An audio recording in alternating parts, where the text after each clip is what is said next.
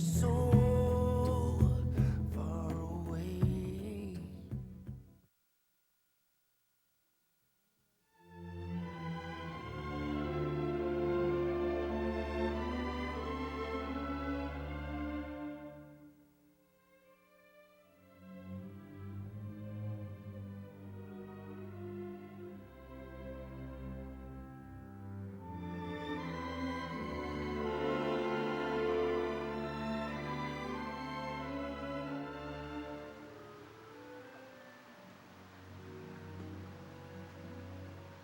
2 households.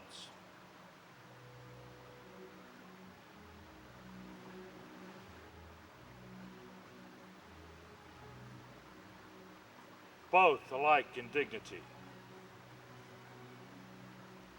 In fair Verona, where we lay our scene. From ancient grudge breaks to new mutiny, where civil blood makes civil hands unclean.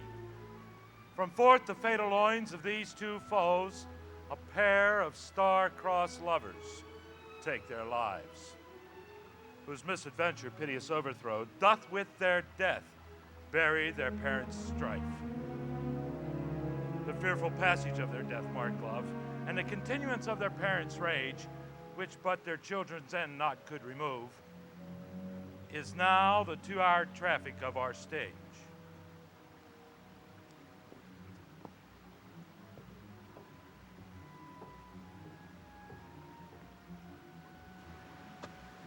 The which if you with patient ears attend, what here shall miss, our toil shall strive to mend.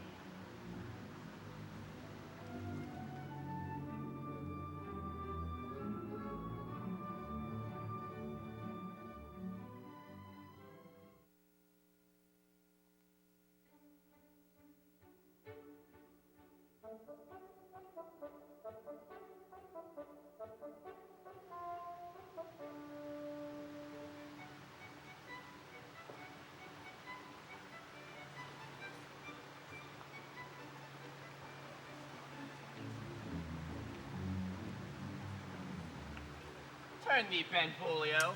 Look upon thy death. I do but keep the peace. Put up thy sword. What, drawn and talk of peace? I hate the word. As I hate hell, all Montagues and thee. Have at thee, coward. Go Capulets. Come on, Montagues, let's hear ya. Come on, Montagues. Come on, Capulets. Capulets. What noise is this? Give me my long sword, ho! Crutch. My coat is sword. My sword, I say! Old Montague has come and flourishes his blade in spite Now, of me. villain Capulet! Hold me not! Let me go!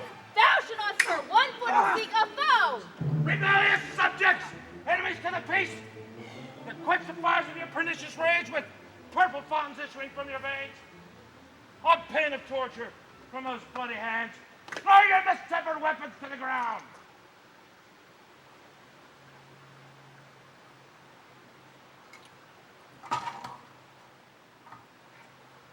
Hear the sentence of your moving prince.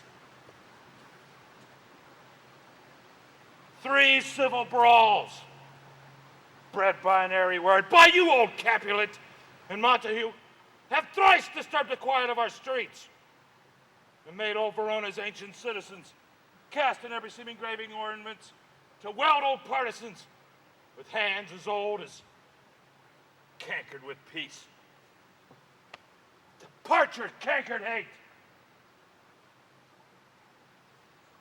If ever you disturb our streets again, your lives shall pay the forfeit of the peace. Till then, all men depart away. But you, Capulet, you come with me. Montague, you come later this afternoon to further know our pleasure in this case. To Old Freetown, our common judgment place. Once more, on pain of death, all men depart.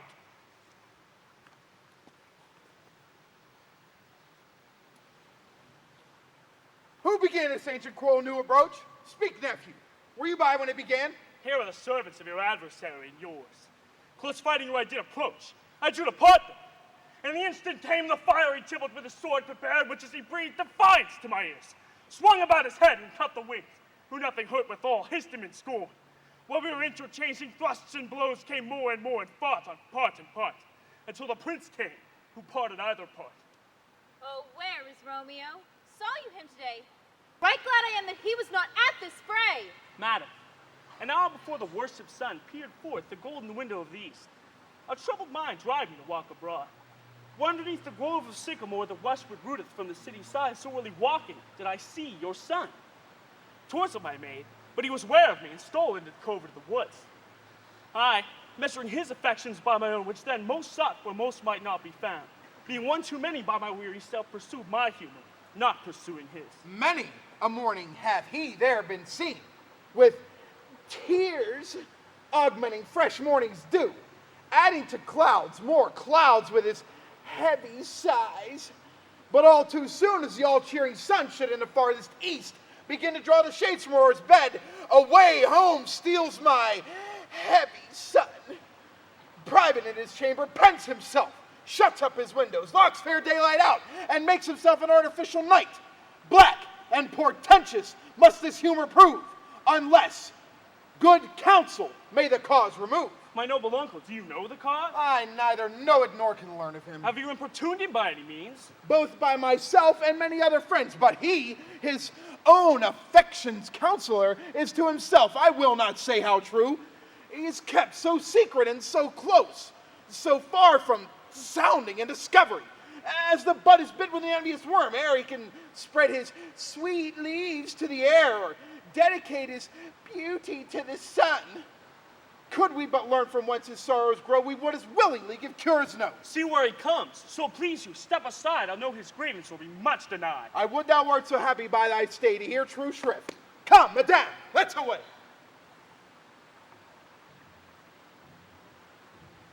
Good morrow, cousin. Is the day so young? But new struck 9. Ay me, sad hours seem long. Was that my father that went hence so fast? It was. What sadness lengthens Romeo's hours? Not having that which having makes them short. In love? Out. Of love? Out of her favor where I am in love. Alas, that love so gentle in his view should be so tyrannous and rough in proof. Alas, that love whose view is muffled still should without eyes see pathways to his will. Where shall we dine? Oh me, what fray was here? Yet tell me not, for I have heard it all. Here's much to do with hate, but more with love. Why then, O brawling love, O loving hate, O anything of nothing first create, O heavy lightness, serious vanity, misshapen chaos of well-seeming forms, feather of lead, cold fire, sick hell, still waking sleep. That is not what it is. This love feel I that feel no love in this. Dost thou not laugh? No, cause. I rather weep. Good heart, at what? At thy good heart's oppression. Why, such is love's transgression. Griefs of mine own lie heavy in my breast, which thou wilt propagate it to have it pressed with more of thine. This love that thou hast shown doth add more grief to too much of mine own. Love is a smoke made with the fume of sighs, being purged, a fire sparkling in lover's eyes, being vexed, a sea nourished with loving tears. What is it else? A madness most discreet, a choking gall, and a preserving sweet.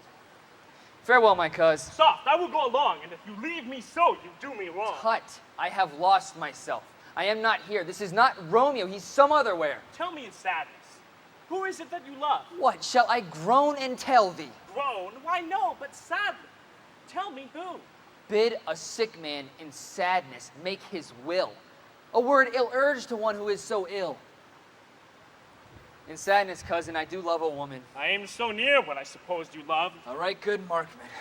And she's fair, I love. A right fair mark, fair cause, is soonest hit. And that hit you miss. She'll not be hit by Cupid's arrow. She hath Dian's wit, and in strong proof of chastity well armed.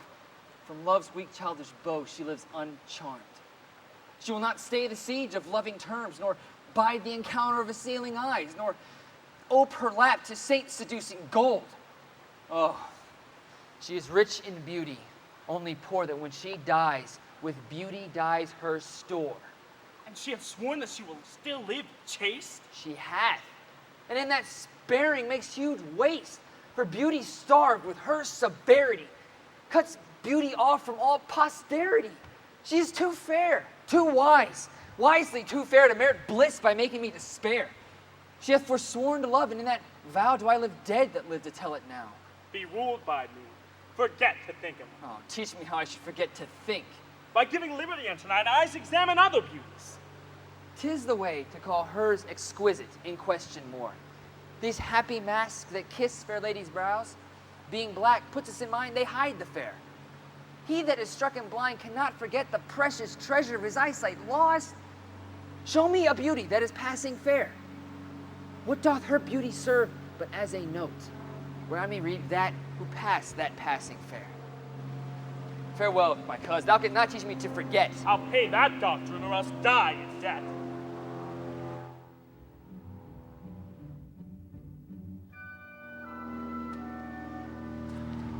But Montague is bound as well as I in penalty alike, and 'tis not hard, I think, for men so old as we to keep the peace. Of honorable reckoning are you both, and pity it is you've lived at odds so long. But now, my lord, what say you to my suit? But saying o'er what I have said before, my child is yet a stranger in the world. She hath not seen the change of 14 years.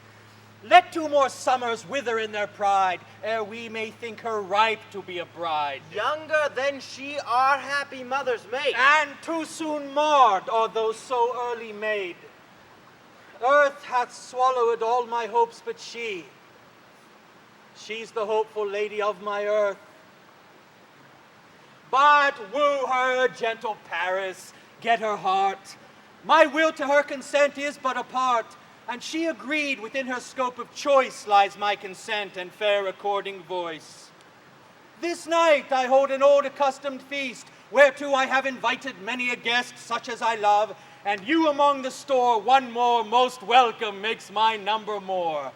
At my poor house look to behold this night, earth-treading stars that make dark heaven light. Such comfort as do lusty young men feel when well-apparelled April on the heel of limping winter treads. Even such delight among fresh fennel buds shall you this night inherit at my house. Here all see, and like her most, whose merit most shall be, which on more view of many, mine being one, may stand in number, though in reckoning none. Come, go with me. Go, Petra. Trudge about through fair Verona. Find those persons out whose names are written there, and to them say my house and welcome on their pleasure stay.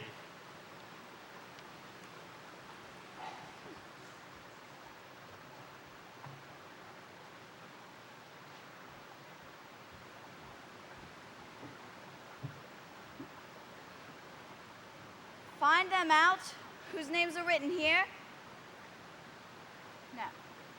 It is written that the shoemaker should meddle with his yard and the tailor with his last.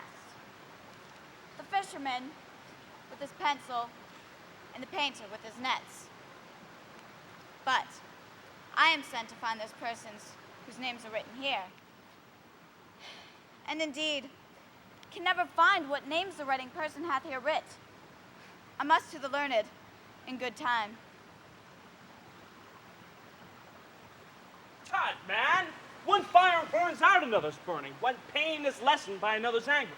Turn giddy and behold by backward turning. One desperate grief cures with another's language. Take thou some new infection to thy eye, and the rank poison of the old will die.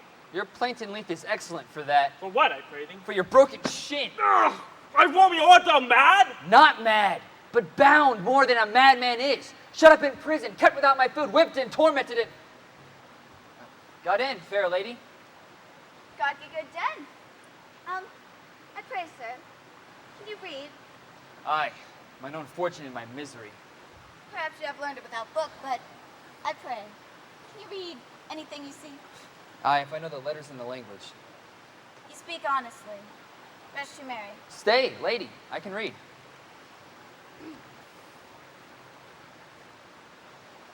Signor Martino and his wife and daughters, the County Anselme and his beauteous sisters, the Lady Widow of Virtuvia, Signor Placentio and his lovely nieces, Mercutio and his brother Valentine, mine uncle Capulet, his wife and daughters, my fair niece Rosaline, and Livia, Lucio and the lively Helena, a fair assembly. Whither should they come? Up Whither, to supper? to our house. Whose house? My master's. I should have asked you that before. Now, I'll tell you without asking. My master is the great witch Capulet, and if you be not in the house of the Montagues, I pray, come and crush a cup of wine. Rest you merry. At this same ancient feast of Capulet sups the fair Rosaline, whom thou so loves, with all the other admired beauties of Verona.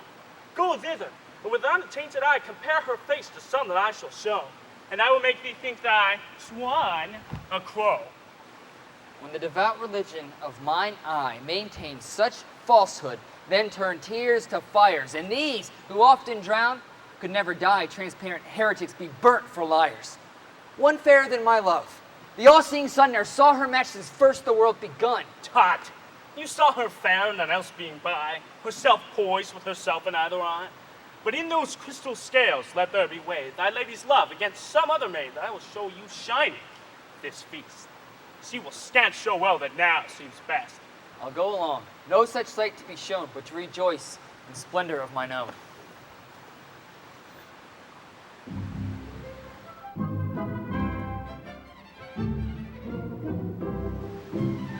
Nurse! Where is my daughter? Call her forth to me. Now, by my maidenhead, a 12-year-old, I bade her come. What lamb? What ladybird? God forbid, where is this girl? What, Juliet? How now? Who calls? Your mother. Madam, I am here. What is your will? Oh, this is the matter. Nurse, give leave a while. We must talk in secret.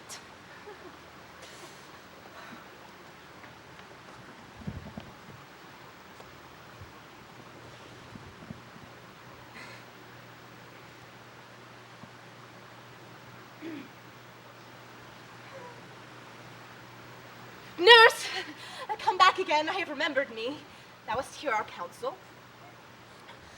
Now, nurse, thou knowst my daughter's of a pretty age. Oh, faith, I can tell her age in 2 hours. She's not 14. I'll lay 14 on my teeth. Got to my teen beat spoke. I have but 4. She's not 14. How long is it now till Lammas tide? Oh, fortnight and odd days. Even or odd. Of all the days of the year, come Lammas even night shall she be 14. Susan and she, God rest all Christian souls, were of an age. Well, Susan is with God now. She was too good for me. But as I said, come Lammas even night shall she be 14. That shall she marry. I remember it well. 'Tis since the earthquake now. 11 years, and she was weaned. I never should forget it upon that day. For then I had laid wormwood to my dug, sitting in the sun neath the dove house wall. Oh, my lord and you were then at Mantua. Nay, I do bear a brain.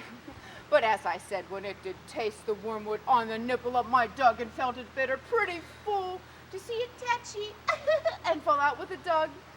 Shake, quoth the dove house. 'Tis no need I trod bid me trudge. And since that day it is 11 years.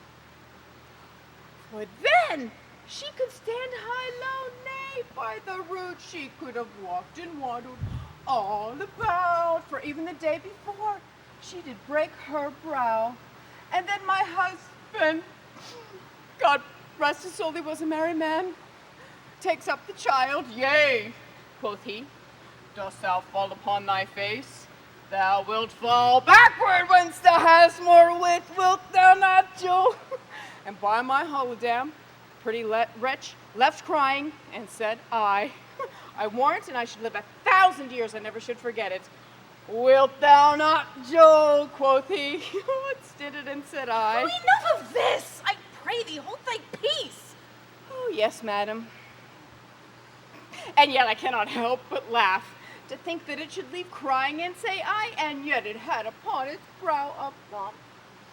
as big as a young cockerel's stone, and it cried bitterly. Yea, quoth my husband, dost thou fall upon thy face?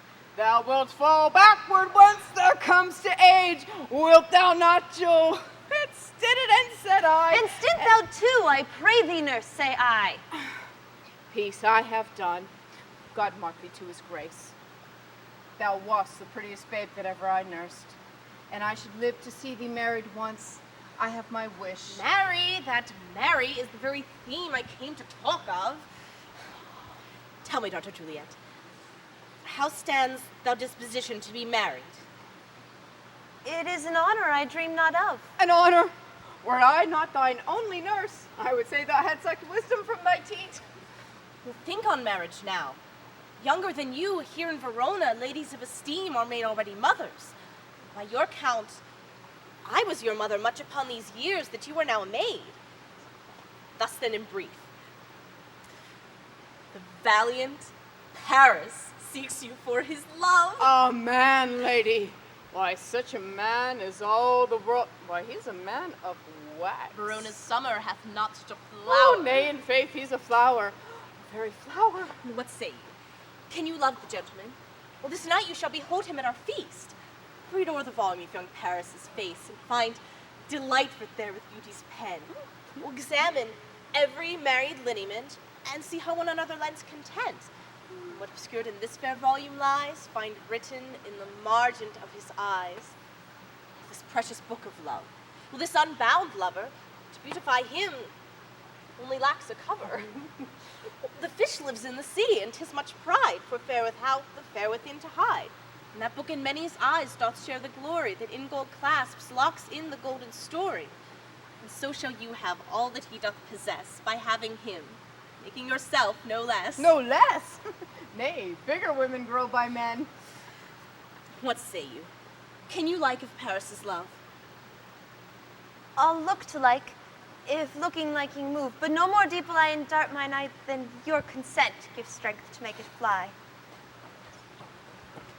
Madam, the guests are come, supper served up, you called, my young lady asked for, the nurse cursed in the pantry, and everything in extremity.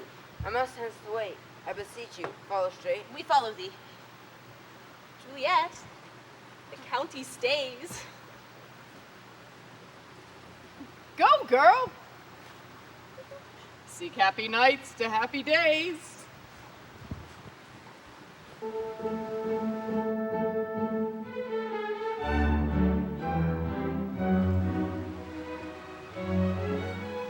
What, shall this speech be spoke for our excuse, or shall we on without apology? The date is out of such prolixity. We'll have no Cupid hoodwinked with a scarf, bearing a Tartar's painted bow of laugh, scaring the ladies like a crow-keeper, nor no without book prologue faintly spoke after the prompter for our entrance. But let them measure us by what they will. We'll measure them a measure and be gone. A torch for me. I'm not for this ambling. Being but heavy, I will bear the light. Nay, gentle Romeo, we must have you dance. Not I, believe me. You have dancing shoes with nimble soles. I have a soul of lead, so stakes me to the ground I cannot move. You are a lover. Borrow Cupid's wings and soar with them above a common bound. I am too sore and pierced with his shaft, to soar with his light feathers. And so bound I cannot bound a pitch above dull woe. Under love's heavy burden do I sink. And sink in it should you burden love. Too great oppression for a tender thing. Is love a tender thing? It is too rough, too rude, too boisterous, and it pricks like thorn. If love be rough with you, be rough with love. Prick love for pricking and you beat love down. Give me a case to put my visage in. A visor for a visor. What care I? What curious eyes doth coat deformities? Here are the beetle brows shall blush. For me. Come, knock and enter, and no sooner in. But every man betake him to his legs. Give me a torch. I'm not for this ambling. Let wantons light of heart tickle the senseless rushes with their heels. For I'm proverb to the grandsire phrase. I'll be a candle holder and look on. The game was ne'er so fair, and I'm done. Tut. Done's the mouse. The constable's own word, if thou art done, will draw thee from the mire, or save your reverence love, when thou stickest up to the ears. Come, we burn daylight, oh. Nay, that's not so. I mean, sir, in delay we waste our lights in vain like lights by day. Take our good meaning, for a judgment sits 5 times in that air, once in our 5 wits. We mean well in going to this mask, but 'tis no wit to go. Why, may one ask? I dreamt a dream tonight. And so did I. Well, what was yours? The dreamers often lie. In bed asleep while they do dream things true. Oh, then I see Queen Mab hath been with you. She is the fairy's midwife, and she comes in a shape no bigger than an agate stone on the forefinger of an alderman, drawn with a team of little atomies over men's noses as they lie asleep. Her chariot is an empty hazelnut, made by the joiner's squirrel or old grub. Time out of mind, the fairy's coachmakers. Her wagon spokes, made of long spinner's legs, the covers of the wings of grasshoppers.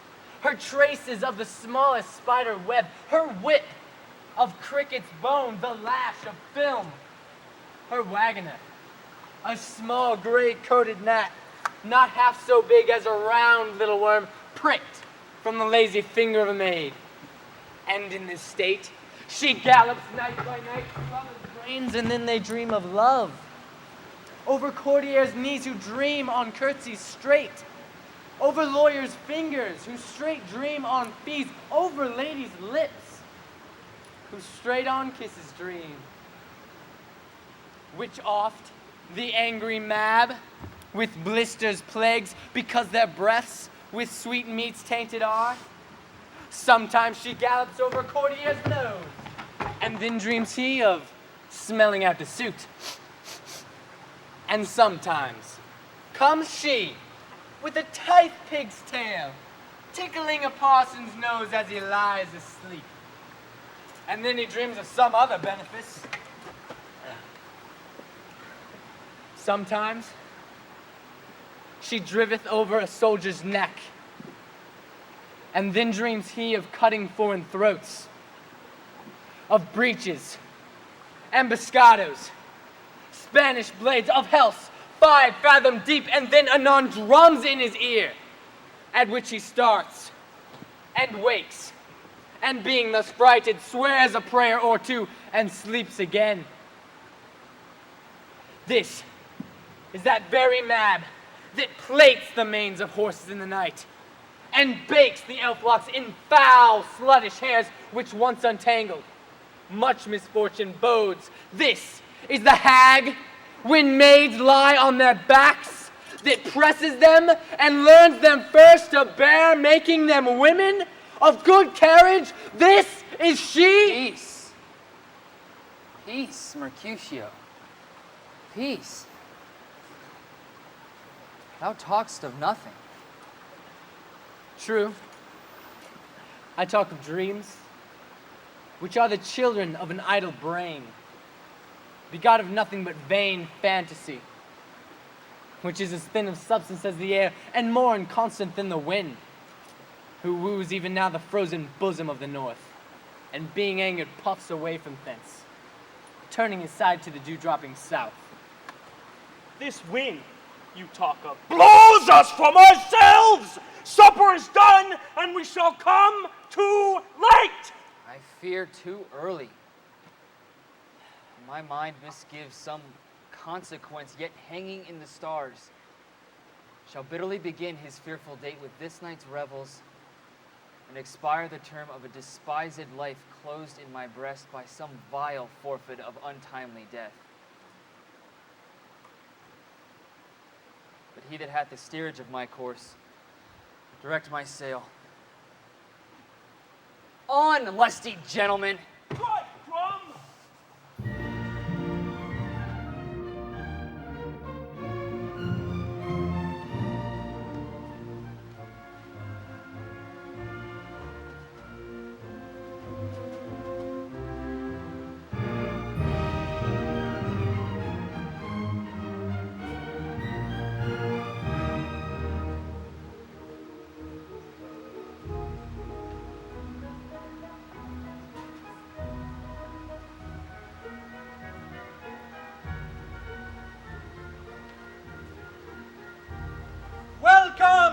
gentlemen, ladies that have their toes unplagued with corns will walk about with you.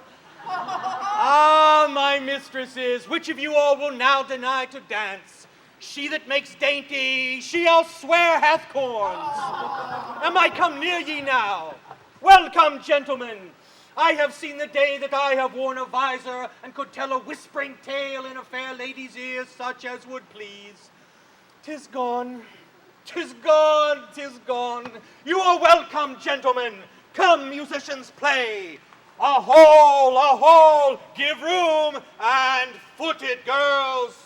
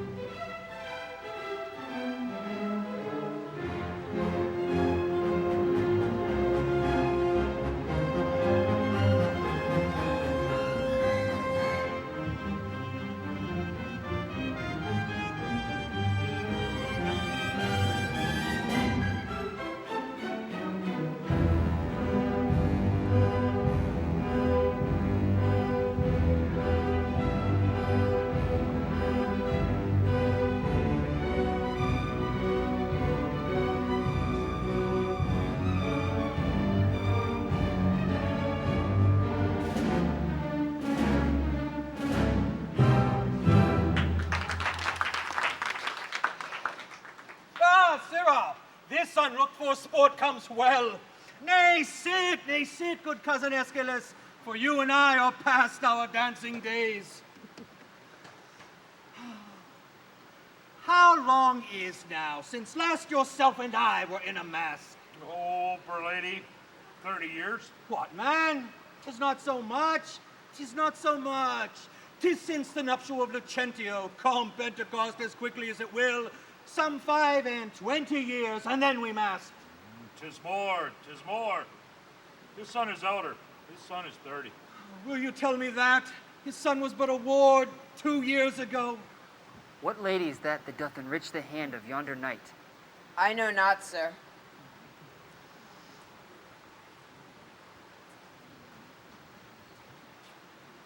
Oh, she doth teach the torches to burn bright. Seems she hangs upon the cheek of night as a rich jewel in an Ethiop's ear. Beauty too rich for use, for earth too dear. So shows a snowy dove trooping with crows, as yonder lady all her fellows shows.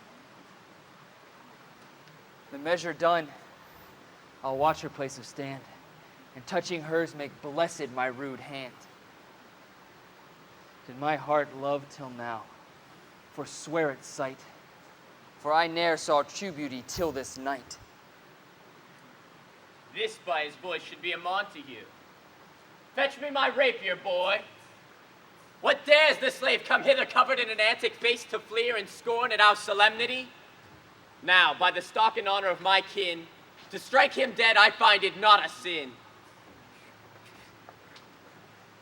Why, how now, kinsman? Wherefore storm you so? But uncle, this is a Montague our foe, a villain that is hither come in spite to scorn at our solemnity this night. Young Romeo, is it? 'Tis he, that villain Romeo. Content thee, gentle cause, let him alone. He bears him like a portly gentleman, and to say truth, Verona brags of him to be a virtuous and well-governed youth. I would not, for the wealth of all this town, here in my house, do him disparagement. Therefore be patient, take no note of him. It is my will, the which if thou respect show a fair presence and put off these frowns, an ill-beseeming semblance for a feast. It fits when such a villain is a guest. I'll not endure him. He shall be endured. What, good man, boy? I say he shall go too. Am I the master here or you? Go too. You'll not endure him. God shall mend my soul. You'll make a mutiny among my guests. You will set cock a hoop. You'll be the man. Why, uncle? 'Tis a shame. Go to. You are a saucy boy. It's so indeed. This trick may chance to scathe you. I know what. You must contrary me. Marry 'tis time. Well said, my hearts. You are a princox. Go, be quiet, or for shame, I'll make you quiet. What? Cheerly, my hearts. Patience perforce with willful color meeting makes my skin tremble in their different greeting. I will withdraw, but this intrusion shall, now seeming sweet, convert to bitterest gall.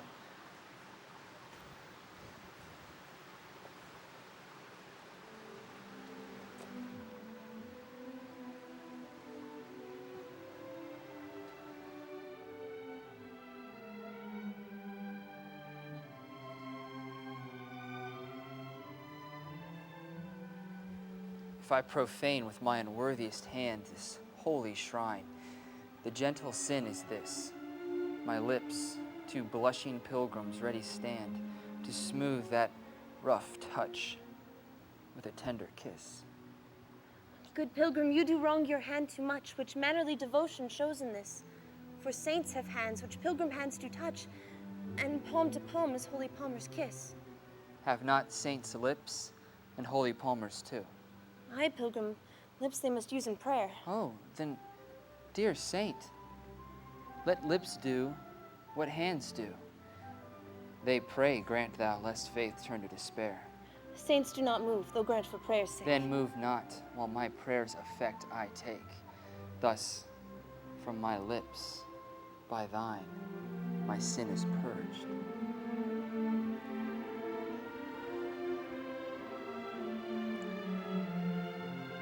Then have my lips the sin that they have took. Sin from my lips. Oh, trespass, sweetly urged, give me my sin again.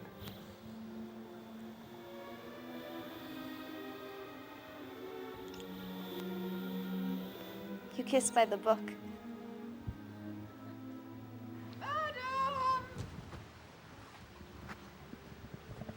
Your lady mother craves a word with you. What is her mother? Mary Bachelor, her mother is the lady of the house, and a wise and a virtuous. I nursed her daughter that you talked withal. I tell you, he that can lay hold of her shall have the chinks.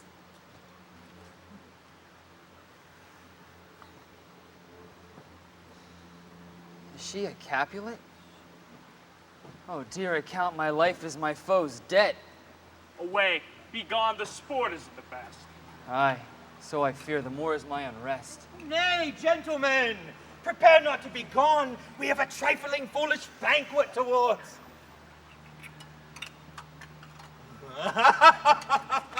Is it e'en so? Why, then I thank you all. I thank you, honest gentlemen. Good night.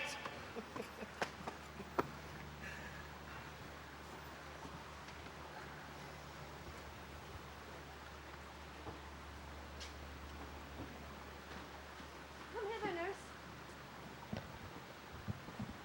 What is yon gentleman? The son and heir of old Tiberio. What's he that now is going out of door? Mary, that I think be the young Petruchio. What's he that follows here, that would not dance? I know not. Go ask his name. If he be married, my grave is like to be my wedding bed.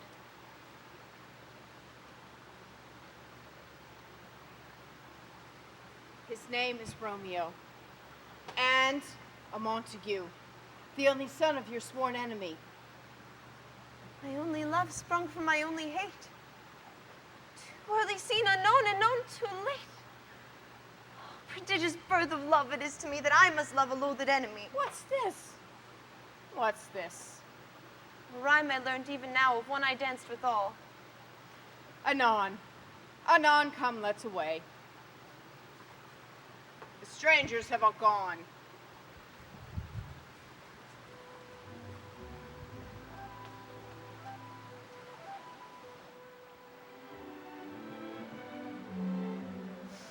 Can I go forward when my heart is here? Turn back, dull earth, and find thy center out. Romeo! My cousin Romeo! Romeo!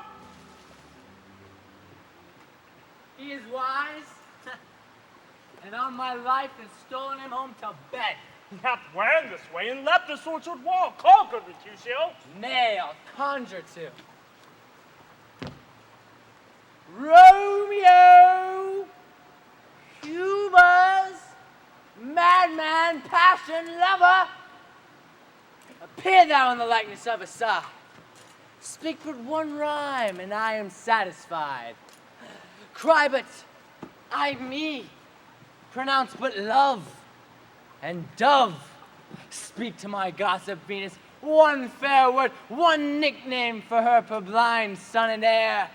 Young Abraham Cupid, who shot so trim when King Cophetua loved the beggar maid. He heareth not, he stirreth not, he moveth not. The ape is dead, and I must conjure him. I conjure thee by Rosalind's bright eyes, by her high forehead and scarlet lip, by her fine foot, straight leg, and quivering thigh, and the domains that there adjacent lie. That in thy likeness thou appear to us. And if he hears thee, you will anger him. Oh, this cannot anger him. 'Twould anger him to raise a spirit in his mistress's circle, of some strange nature, letting it there stand till she hath laid it and conjured it down. That was some spite. My invocation is fair and honest. In his mistress's name, I conjure but only to raise up him. Come. He hath hid himself among these trees to be consorted with a humorous knight. Blind is his love, and best befits the dark.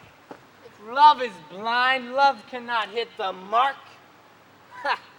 Now will he sit under a medlar tree and wish his mistress were that kind of fruit that maids call medlars as they laugh alone? Oh, Romeo, that she were an open arse. Thou, a puppern path. Oh, Romeo, good night. I'll to my truckle bed. This field bed is too cold for me to sleep. Come, shall we go? Go then. 'Tis in vain to seek him here that means not to be found.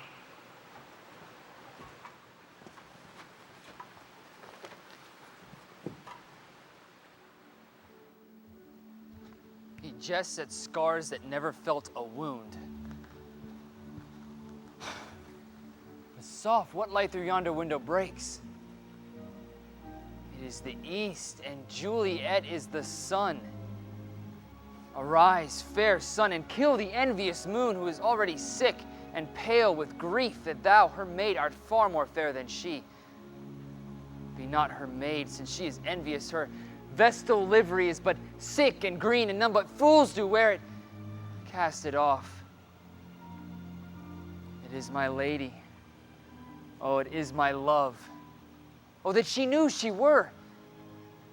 She speaks, yet she says nothing. What of that? Two of the fairest stars in all the heavens, having some business, do entreat her eyes to twinkle in their spheres till they return. And what if her eyes were there, they in her head? The brightness of her cheek would shame those stars as daylight doth a lamp, and her eyes in heaven would through the airy region stream so bright that birds would sing and think it were not night. See how she leans her cheek upon her hand.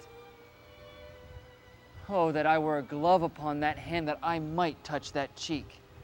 Ay me. She speaks. Oh, speak again, bright angel. For thou art as glorious to this night being o'er my head as a winged messenger of heaven, to the white upturned wondering eyes of mortals that fall back to gaze upon him when he bestrides the lazy puffing clouds and sails upon the bosom of the air. Oh, Romeo, Romeo, wherefore art thou Romeo? Deny thy father and refuse thy name, or if thou wilt not, be but sworn my love, and I shall no longer be a Capulet. Shall I hear more? Shall I speak at this? 'Tis but thy name that is mine enemy. Thou art thyself, though not Montague. What is Montague? 'Tis neither hand, nor foot, nor face, nor arm, nor any other part belonging to a man. Oh, be some other name. What's in a name? That which we call a rose by any other word would smell as sweet. So Romeo would. Were he not Romeo called, retain that dear perfection which he owes without that title. Romeo, doff thy name, and for thy name, which is no part of thee, take all myself. I take thee at thy word. Call me but love, and I'll be new baptized. Henceforth, I never will be Romeo. What man art thou that thus be screened at night, so stumblest on my counsel? By name, I know not how to tell thee who I am. My name, dear saint, is hateful to myself, because it is an enemy to thee. Had I it written, I would tear the word. My ears have not yet drunk 100 words of thy tongue's uttering, yet I know the sound. Art thou not Romeo and a Montague? Neither, fair maid, if either thee dislike. How camest thou hither? Tell me, and wherefore? The orchard walls are high and hard to climb, and the place death, considering who thou art, if my kinsman should find thee here. With love's light wings did I o'erperch these walls, for stony limits cannot hold love out. And what love can do, that dares love attempt. Therefore, thy kinsmen are no stop to me. If they do see thee, they will murder thee. Alack, there lies more peril in thine eye than 20 of their swords. Look thou but sweet, and I am proof against their enmity. I would not for the world they saw thee here. I have night's cloak to hide me from their eyes. And but thou love me, let them find me here. My life were better ended by their hate than death prorogued, wanting of thy love. By whose direction foundest thou at this place? By love, who first did prompt me to inquire. He lent me counsel, and I lent him eyes. I am no pilot, yet wert thou as far as that vast shore washed with the farthest sea, I should adventure for such merchandise. Thou knowest the mask of night is on my face, else would a maiden blush bepaint my cheek for that which thou hast heard me speak tonight. Fain would I dwell on form. Fain would I deny what I have spoke, but farewell compliment. Dost thou love me? I know thou wilt say aye, and I shall take thy word. Yet, if thou swearest, thou mayst prove false, for by love's perjuries they say Jove laughs. O Romeo, if thou dost love, pronounce it faithfully. Or if thou thinkst I am too easily won, I shall frown and be perverse and say thee nay, so thou wilt woo, but else not for the world. In truth, fair Montague, I am too fond, and therefore thou mayst think my behavior light. But trust me, gentlemen, I shall prove more true than those that have more coin to be strange. I should have been more strange, I must confess, but that thou overheardst ere I was ware my true love's passion. Therefore pardon me, and do not impute this yielding as light love, which the dark night has so discovered. Lady, by yonder blessed moon I vow, that tipped with silver all these fruit tree tops. Swear not by the moon, the inconstant moon that monthly changes in her circled orb, lest thy love prove likewise variable. What shall I swear by? Do not swear at all. Or if thou wilt, swear by thy gracious self, which is the god of my idolatry, and I'll believe thee. My heart's dear love. Well, do not swear. Although I joy in thee, I have no joy of this contract here tonight. It is too rash, too unadvised, too sudden, too like the lightning that doth cease to be ere one can say it lightens.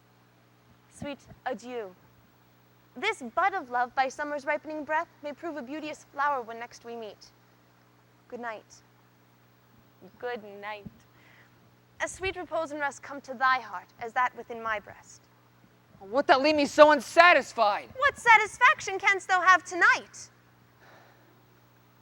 The exchange of thy love's faithful vow for mine. I gave thee mine before thou didst request it. And yet I would it were to give again. Wouldst thou withdraw it? For what purpose, love? But to be frank and give it thee again. And yet I wish but for the thing I have. My bounty is as boundless as the sea. My love is deep. The more I give to thee, the more I have, for both are infinite. Juliet. I hear a noise within. Fair Montague, be true. Stay but a little, I will come again. Oh, blessed, blessed night. I am afeard, being a knight, all this is but a dream, too flattering sweet to be substantial.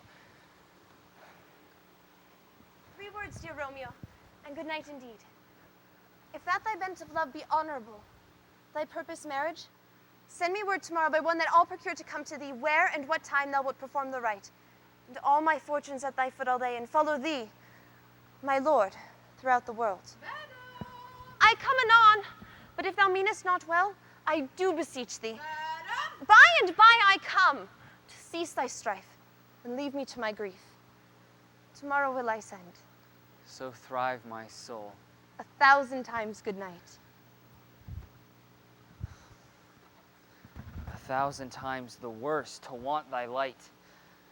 Love goes toward love, as schoolboys from their books, but love from love toward school with heavy looks.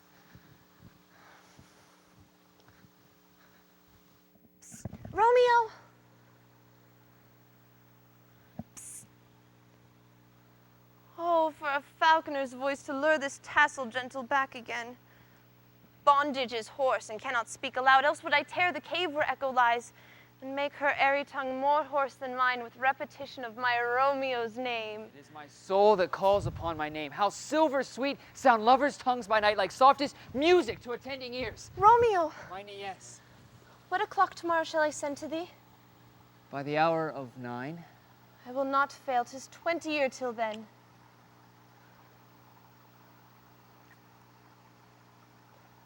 I have forgot why I did call thee back. Let me stand here till thou remember it. I shall forget to have thee still stand there, remembering how I love thy company. And I shall still say to have thee still forget, forgetting any other home but this.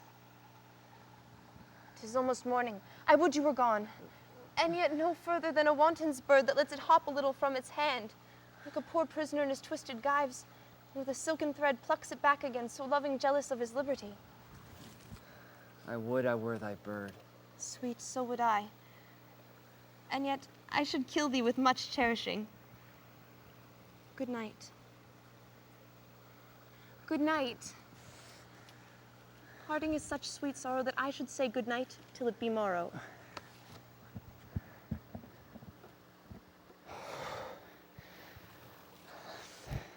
Sleep dwell upon thine eyes, peace in thy breast. Would I were sleep and peace, so sweet to rest. Hence will I to my ghostly sire's closed cell, his help to crave and my dear hap to tell.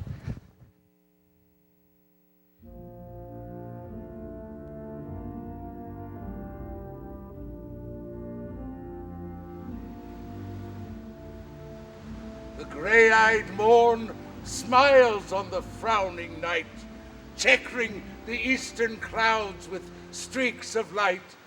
In flecked darkness, like a drunkard, reels from forth day's path and Titan's fiery wheels. Now, ere the sun advance his burning eye, the day to cheer and night's dank dew to dry, must I upfill this osier cage of ours with direful weeds and precious juiced flowers. The earth, that's nature's mother, is her tomb. What is her burying grave? That is her womb. And from her womb, children of diverse kind, we, sucking on her natural bosom, find. Many, for many qualities excellent, none but for some, and yet all different.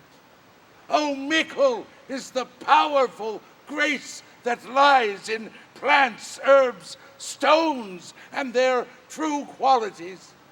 For not so vile on the earth doth live, but to the earth some special good doth give. Nor aught so good but strained from that fair use, revolts from true self, stumbling on abuse. Virtue then turns vice, being misapplied, and vice sometime by action dignified. Within the infant rind of this weak flower, poison hath residence and medicine power, for being smelt with that part cheers each part, being tasted stays all senses with the heart.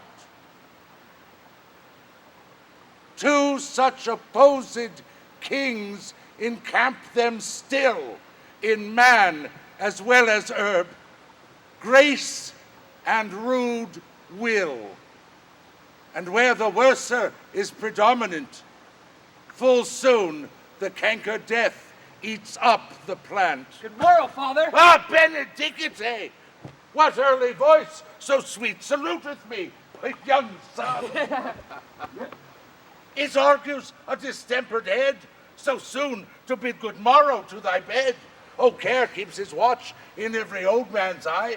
Where care lodges, there sleep shall never lie. But where unbruised youth with unstuffed brain doth couch his limbs, there golden sleep doth reign.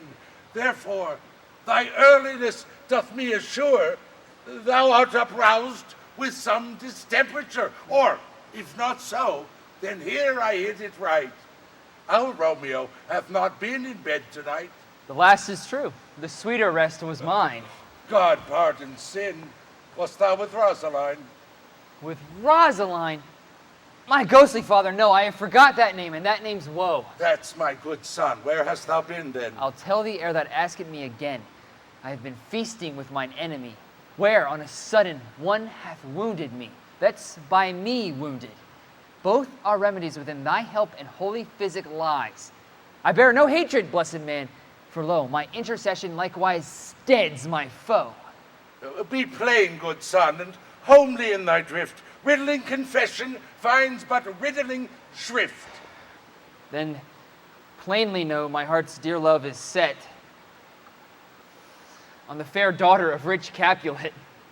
As mine on hers, so hers is set on mine, and all combined, say what thou must combine by holy marriage.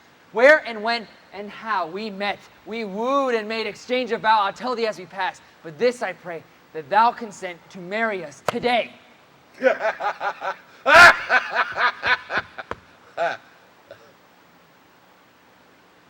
Holy Saint Francis. What a change is here! Is Rosaline, which thou didst love so dear, so soon forsaken? Young men's love then lies not truly in their hearts, but in their eyes. Jesu Maria, what a deal of brine hath washed thy sallow cheeks for Rosaline! How much salt water gone to waste, to season love that of it doth not taste! Well, if thou wast ere thyself, and these woes thine, thou and these woes were all for Rosaline, and art thou changed? Well, pronounce this sentence then. Women may fall when there's no strength in men. Thou chidest me off for loving Rosaline. For doting, not for loving, pupil. And bates me bury love. Well, not in a grave to lay one in, another out to I have. prithee, chide me not. Her I love now doth grace for grace and love for love allow. The other did not so.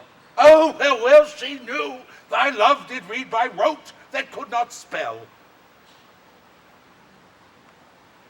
Come, go with me.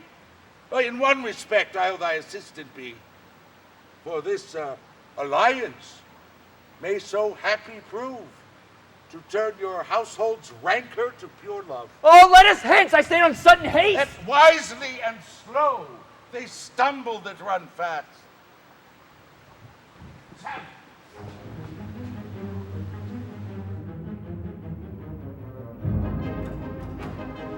Where in the the devil should this Romeo be? Came he not home tonight? Not to his father's, I spoke with his man. Why, that pale, hard-hearted wench, that Rosaline torments him so that he will sure run mad. Tybalt, the kinsman to old Capulet, hath sent a letter to his father's house. A challenge on my life? Romeo will answer it. Any man who can write may answer a letter. Nay, he will answer the letter's master. How he dares be dared. Alas, poor Romeo, he is already dead. Stabbed with the white wench's black eye. Run through the ears with the love song. The very pin of his heart cleft with the blind bow boy's butt shaft. And is he man enough to encounter Tybalt? Why, what is Tybalt? More than prince of cats, I can tell you. Oh, he is the courageous captain of compliments. He fights as you sing prick song, keeps time, distance, and proportion. He rests, his minimum rest. 1, 2, and the third, in your bosom. The very butcher of a silk button. A duelist. A duelist. A gentleman of the very first house, of the first and second cause. Ah, the immortal Posada. The punto reverso. The high. The what? The pox of such antic, lisping, affecting phantasmes. These new tuners of accents, by Jesus, a very good blade. A very tall man, a very good whore. Why? Is not this a lamentable thing, grandsire, that we should be thus afflicted with these strange flies, these fashion mongers, these pard enemies who stand so much on the new form that they cannot sit at ease at the old bench? Oh, their bones, their bones. Here comes Romeo, here comes Romeo. Without his roe, like a dried herring. Oh, flesh, flesh. How art thou fishified? Now is he for the numbers that Petrarch flowed in? Laura to his lady was but a kitchen wench. Mary, she had a better love to berhyme her. Dido a dowdy. Cleopatra a gypsy. Helen an hero. Hildings and harlots. This be a grey eye or so, but not to the purpose. Signor Romeo, bonjour. There's a French salutation to your French slop. You gave us the counterfeit fairly last night. Good morrow to you both. What counterfeit did I give you? The slip, sir, the slip. Can you not conceive? Pardon, good Mercutio. My business was great, and in such a case as mine, a man may strain courtesy. That's as much to say. Such a case as yours constrains a man to bow in the hams. Meaning to curtsy? Thou hast most kindly hit it. A most courteous exposition. Nay, I am the very pink of courtesy. Pink for flower. Right? Why then is my pump well flowered? Sure, wait. Follow me this just now till thou hast worn out thy pump. For when the soul of it is worn, the jest may remain after the wearing. Solely singular. Oh, single-souled jest, solely singular for the singleness. Come between us, good Benvolio. My wits. Swits and spurs, I'll cry a match. Nay. For if our wits run the wild goose chase, I am done. For thou hast more of the wild goose in one of thy wits than I am sure I have in my whole five. Was I with you there for the goose? Thou was never there for anything when thou was not there for the goose. I will bite you by the ear for that jest. Nay, good goose, bite not. Thy wit is of a very bitter sweeting. It is a most sharp sauce. Then is it not well served to a sweet goose? Oh, he is a wit of Cheveril that stretches an inch narrow to an ell broad. I stretch it out for that word broad, which, added to the goose, proves thee far and wide a broad goose. Why, is not this better now than groaning for love? Now art thou sociable? Now art thou Romeo? Now art thou what thou art, by art as well as by nature? But this driveling love is like a great natural that runs lolling up and down, died as bobble in a hole. Stop there, stop there. Thou desirest me to stop in my tail against the hair? Thou wouldst thus have made thy tail large. Oh, thou art deceived. For I had come to the whole depth of my tale, and meant indeed to occupy the argument no longer. Here's goodly gear. A sail! A sail! Two, we're certain to smart. Petra! I know. My fan, Petra. Good Petra, to hide her face, for her fan's the fair face. God you good morrow, gentlemen. God ye good den, fair gentlewoman. Is it good den? 'Tis no less, I tell ye, for the body hand of the dial is now upon the prick of near. Out upon you! What a man are you? One gentlewoman that God hath made, himself Tamar. Why, my troth, it is well said. Himself tomorrow, quoth he. Gentlemen, can any of you tell me where I may find the young Romeo? I can tell you, nurse, but young Romeo will be older when you found him than he was when you saw him. I'm the youngest of that name, for fault of a worse. You say well. Yea, is the worst well? Very well took, I faith. Wisely! Wisely! If you be he, sir, I desire some confidence with you. Ooh, showing that some supper. Aboard, so high. What hast thou found? Not a hair, sir. Unless a hair, sir, and a Linton pie. That is something stale and hoar, ere it be spent. An old hair whore and an old hair whore is very good meat in Lent. But a hair that is whore is too much for a score. When it whores, ere it be spent. Romeo, will you to your father's? We'll to dinner thither. I will follow you. Farewell, ancient lady. Farewell, lady. Lady. I pray you, sir. Who is this saucy merchant so full of his ropery? A gentleman nurse that loves to hear himself talk and will speak more in a minute than he will stand to in a month. And he speak anything against me, I'll take him down. Anywhere lustier than he is. And 20 such jacks, and if I cannot, I will find those that shall.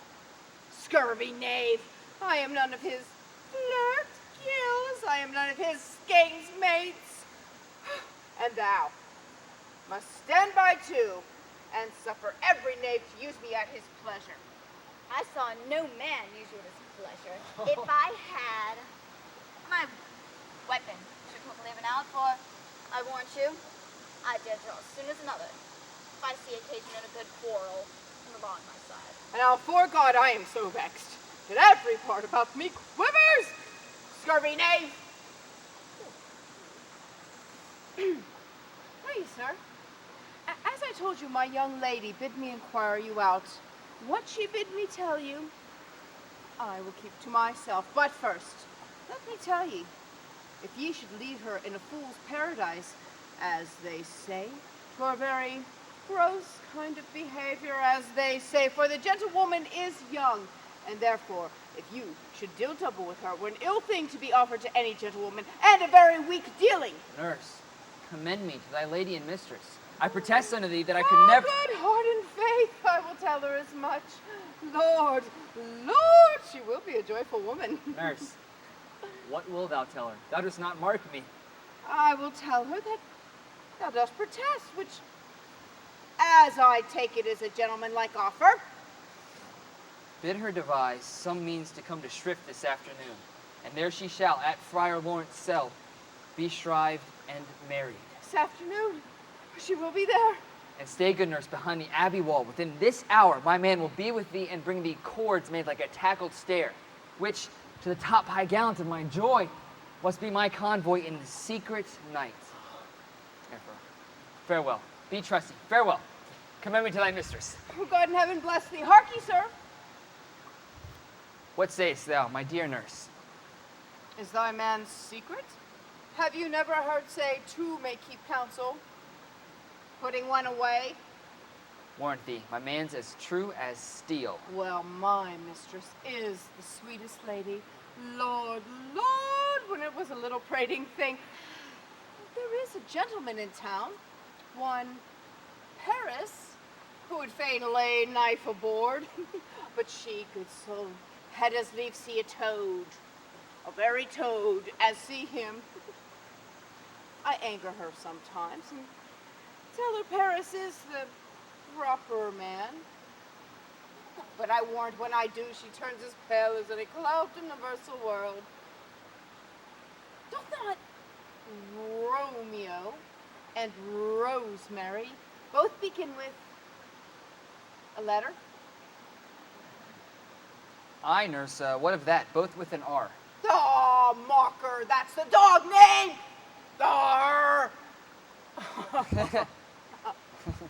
I know, no. I know it begins with some other letter. But she hath the prettiest sententious of it, of you and Rosemary, that it would do your heart good to hear it. Commend me to thy lady. Aye, 1,000 times. Oh. Petra? Anon. Before and apace. Oh.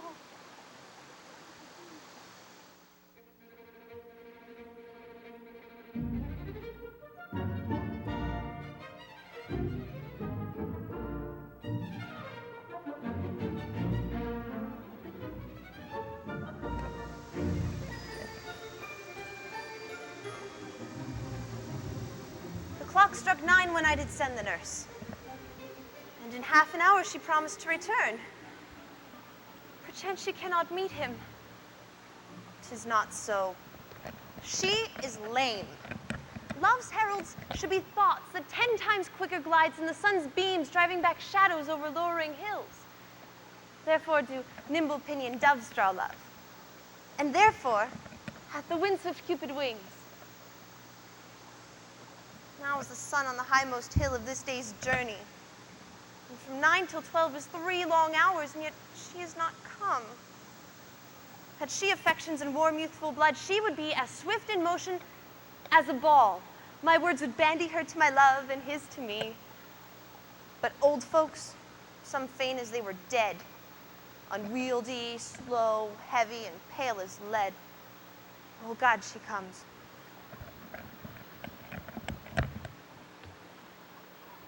Oh, honey nurse. What news? Hast thou met with him? Send Petra away. Petra? Stay at the gate.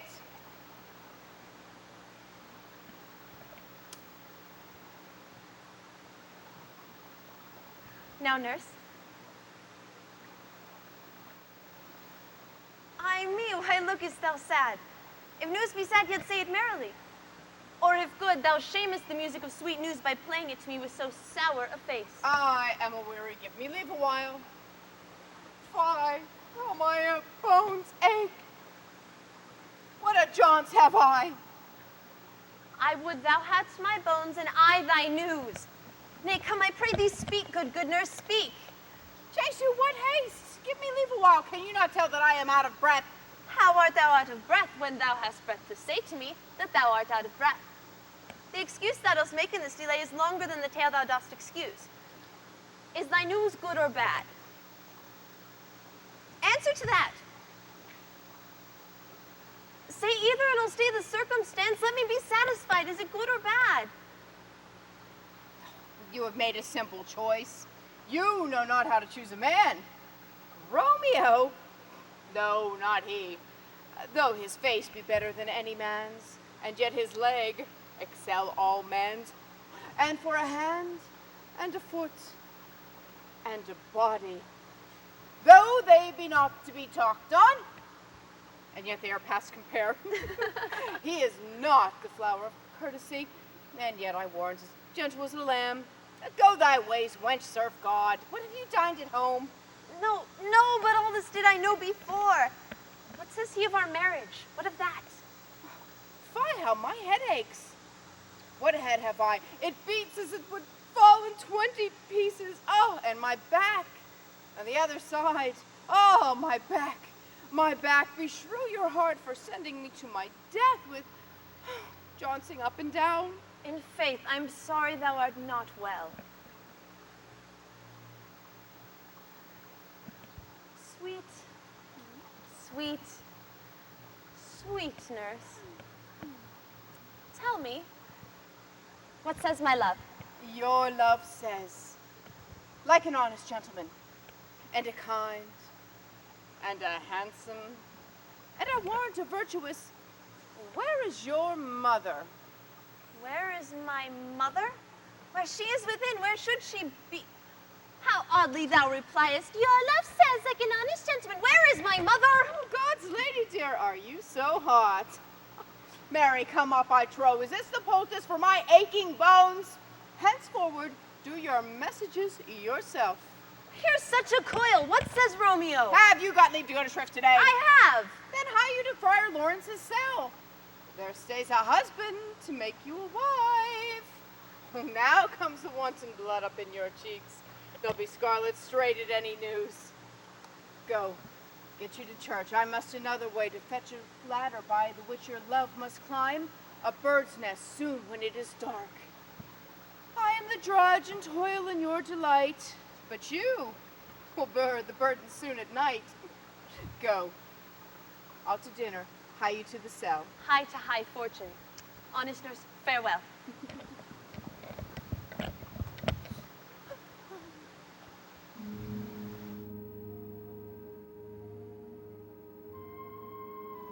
So smile the heavens on our holy act, that after hours with sorrow chide us not. Amen, amen. But come what sorrow can, it cannot countervail the exchange of joy that one short minute gives me in her sight.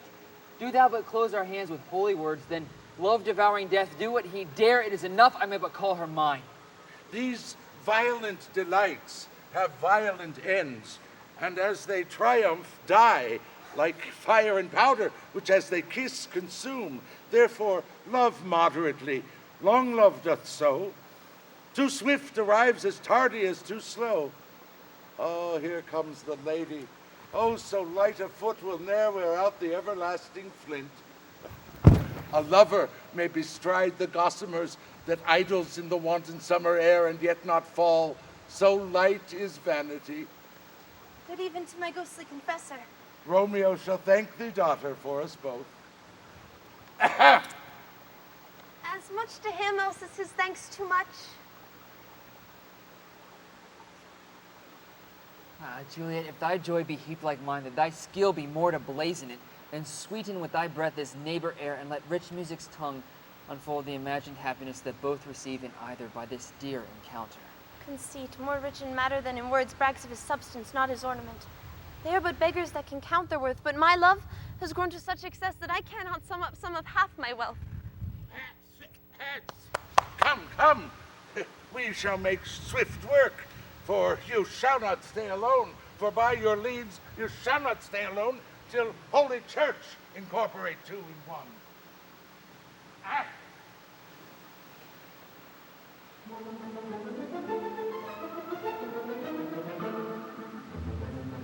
I pray thee, good Mercutio, let's retire. The day is hot, the couples are abroad, and if we meet, we shall not escape abroad. For now, these hot days is the mad blood stirring. Thou art like one of these fellows that, when he enters the confines of a tavern, claps me his sword upon the table and says, God send me no need of thee. And by the operation of the second cup, draws him on the drawer, when indeed there is no need. Am I like such a man? Come, come. Thou art as hot a jack in thy mood as any in Italy, and as soon moved to be moody, and as soon moody to be moved. And what, two? Nay, and there were two such. We should have none soon, for one would kill the other. Thou? Why, thou wilt quarrel with a man that hath a hair more or a hair less on his beard than thou hast. Thou wilt quarrel with a man for cracking nuts, not having any other reason but because thou hast hazel eyes. What eye but such an eye would spy out such a quarrel? Thy head is as full of quarrels as an egg is full of meat, and yet thy head has been beaten as addle as an egg for quarreling. Thou hast quarreled with a man for coughing in the street, because he hath wakened thy dog that hath lain asleep in the sun. Didst thou not fall out with a tailor for wearing his new doublet before Easter? And another for tying his new shoes with old ribbon, and yet thou wilt tutor me from quarreling, ha! And were I so apt to quarrel as thou art, any man should buy the fee simple of my life for an hour and a quarter. The fee simple, oh simple. By my head, here comes the Capulets. By my heel, I care not. Gentlemen, good den. A word with one of you. And but one word with one of us? Couple it with something. Make it a word and a blow. You shall find me apt enough to that, sir, and you will give me occasion. Can you not take some occasion without giving? Mercutio, thou consortest with Romeo. Consort? What, dost thou make us minstrels? And thou make minstrels of us? Look to hear nothing but discords. Here's my fiddlestick. This shall make you dance. Zounds, consort. We talk here in the public haunt of man. Either withdraw into some private place, or reason coldly of your grievances, or else depart. Here, all eyes gaze on us. Men's eyes were made to look, and let them gaze. I will not budge for no man's pleasure, I. Well, peace be with you, sir. Here comes my man. But I'll be hanged, sir, if he wear your livery. Marry go before the field. He'll be your follower. Your worship in that sense may call him man. Romeo, the love I bear thee can afford no better term than this. Thou art a villain. Tybalt, the reason I have to love thee doth much excuse the appertaining rage to such a greeting. Villain am I none. Therefore farewell, I see thou knowest me not. Boy! This shall not excuse the injuries thou hast done me. Therefore turn and draw. I do protest, I never injured thee, but love thee better than thou canst devise until thou shalt know the reason of my love. And therefore, good Capulet, which name I tender as dearly as mine own, be satisfied. Oh, calm, dishonorable, vile submission. All staccato carries away. Tybalt, you rat catcher, will you walk? What would you have with me? Good king of cats, nothing but one of your 9 lives. Did I mean to make bold withal, and as you may have me hereafter, dry beat the rest of the 8. Will you pluck your sword from his pilcher by the ears? Make haste, lest mine be about your ear, ere it be out. I am for you. Gentle Mercutio, put thy rapier up. Come, sir, your passado.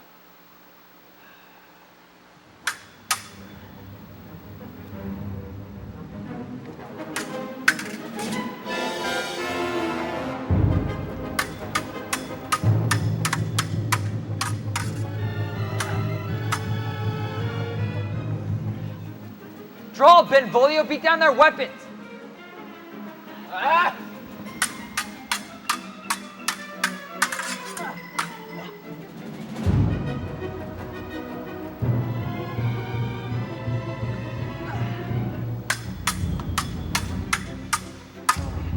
Gentlemen, for shame, forbear this outrage.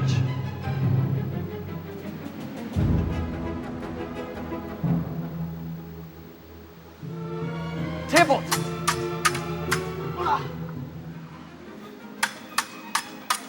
Mercutio, the prince hath first... The prince hath expressly forbid this bandying in Verona streets. Hold, Tybalt! Good Mercutio!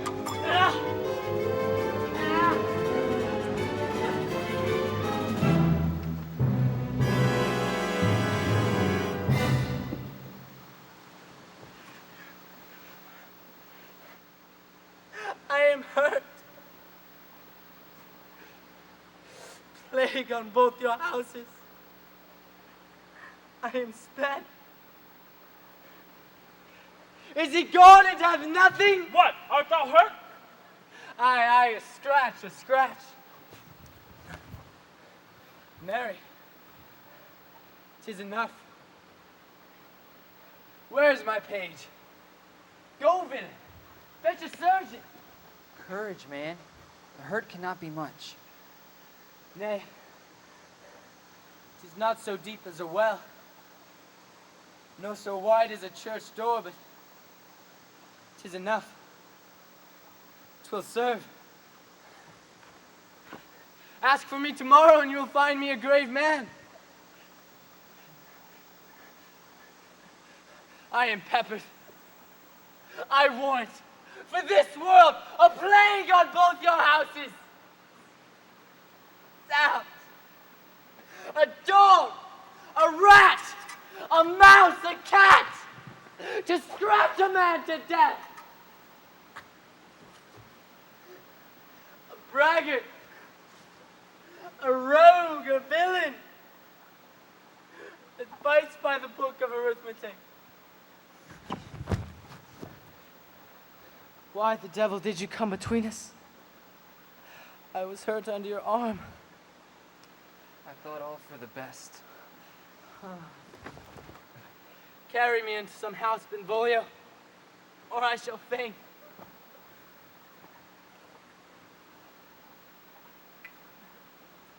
A plague on both your houses! They have made words meat of me. I have it. And soundly to your houses.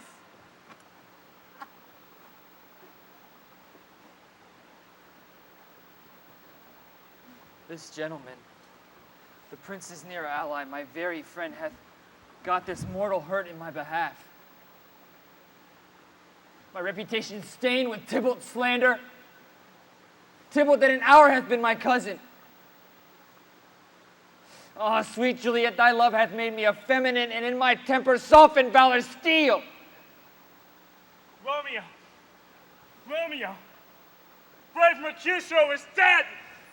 That gallant spirit hath aspired the clouds which do untimely and did scorn the earth! This day's black fate on Mo days doth depend. This but begins the woe others must end. Here comes the fiery Tybalt back again! Alive in triumph, and Mercutio slain. Away to heaven, respective lenity, and fire-eyed fury be my conduct now. Now, Tybalt, take the villain back again, which latest thou gave me. For Mercutio's soul is but a little way above our heads, staying for thine to keep him company. Either thou, or I, or both must go with him! There! Thou wretched fool! That didst exhort him here, shalt with him act!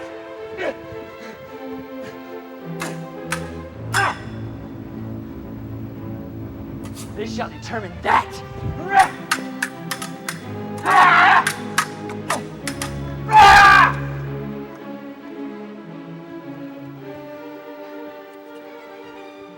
Romeo!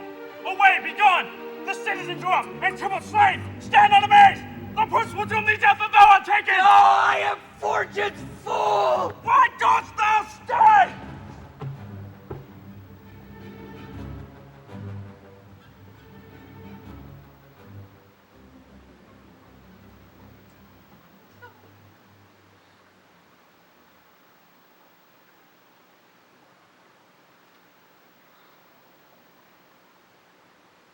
Where are the vile beginners of this fray? Oh, noble prince, I can discover all the unlucky manners of this fatal brawl. There lies the man, slain by young Romeo, that slew thy kinsman, brave Mercutio!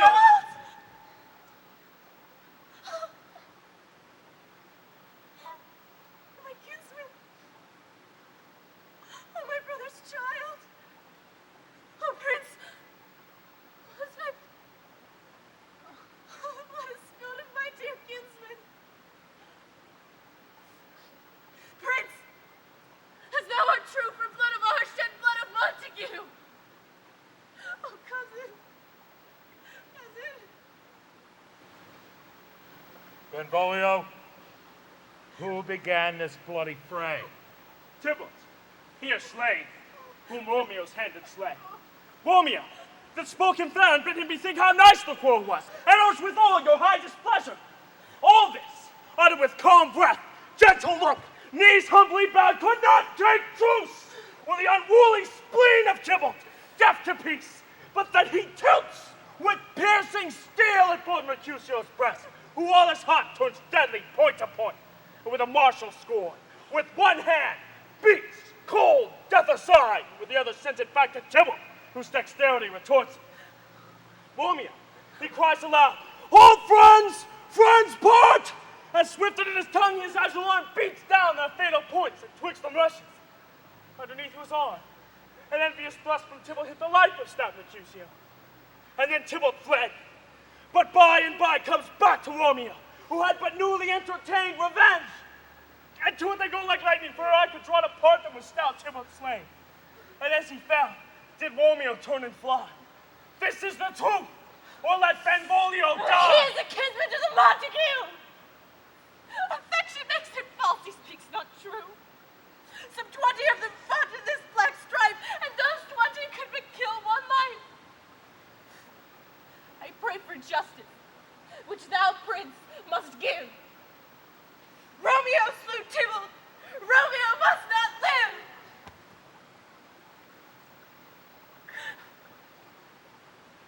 Romeo slew him.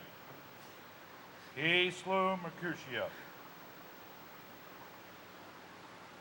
Well, who now the foul price of his blood doth owe? Not Romeo, Prince. He was Mercutio's friend. His fault concludes but what the law should end. The life of Tybalt.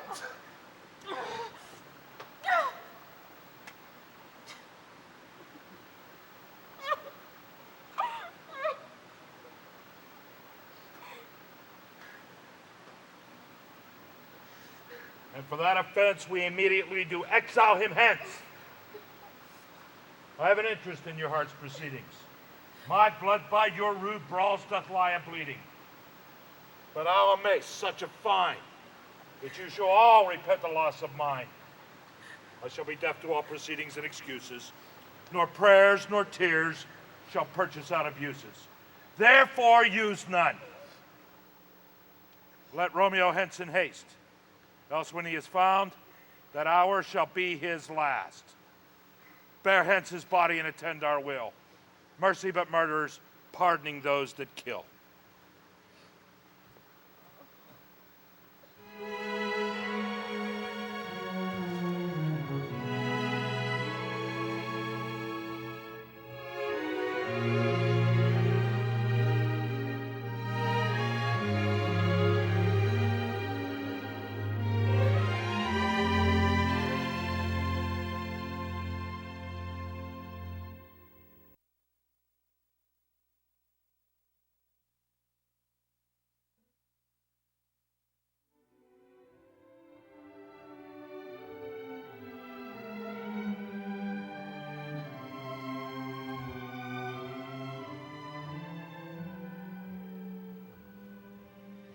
Gallop apace, you fiery-footed steeds, towards Phoebus' lodging.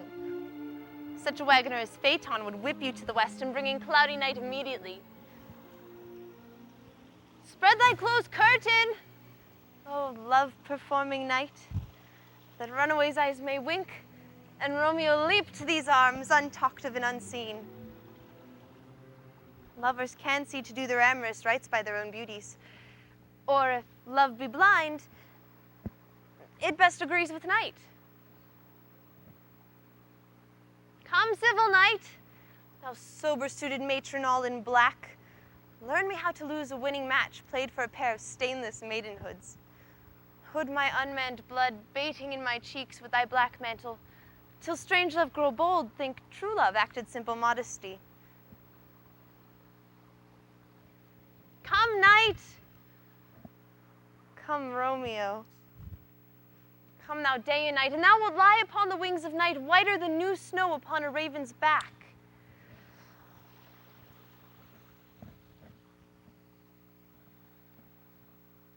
Come, gentle knight.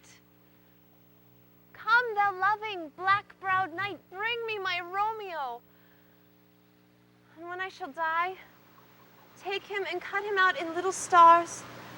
He shall make the face of heaven so fine that all the world will be in love with night and pay no worship to the garish sun.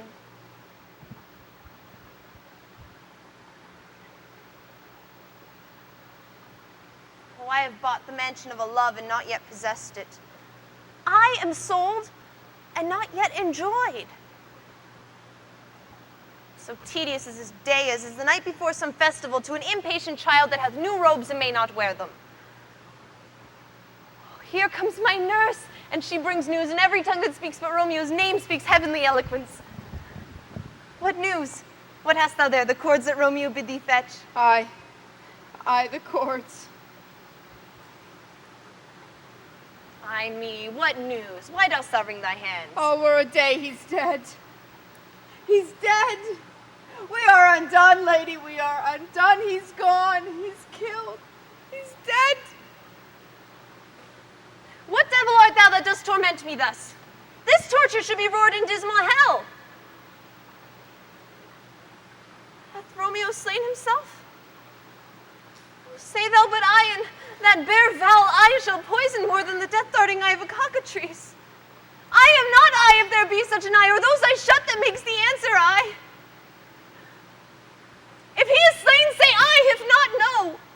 Brief sounds determine my weal or woe. I saw the wound. I saw it with mine eyes. Here on his manly breast, God save the mark. A piteous corse, a pale, piteous corse. All bedaubed in blood, all in gore blood. I sounded at the sight. Break my heart. Poor beggar, break at once! To prison eyes ne'er look on liberty, vile earth, to earth resign, end motion here. And thou and Romeo press one heavy bier. Oh, Tybalt! Tybalt, best friend I ever had. Oh, courteous Tybalt, honest gentleman, that ever I should live to see thee dead. What storm is this that blows so contrary? Is Romeo slaughtered and Tybalt dead? My dearest cousin and my dearer lord? Then dreadful trumpets sound the general doom, for who is living if those two are gone? Tybalt is gone, and Romeo banished. Romeo that killed him, he is banished. Oh, God. Did Romeo's hand shed Tybalt's blood? Alack the day, it did. It did. Serpent heart hid with flowering face. Beautiful tyrant, fiend angelical. Dove-feathered raven, wolfish ravening lamb, despised substance of divinest show. Just opposite of what thou justly seemst. Damned saint, honorable villain. Oh, nature, what hadst thou to do in hell when thou didst bower the spirit of a fiend in mortal paradise of such sweet flesh? Was ever book containing such vile matters so fairly bound?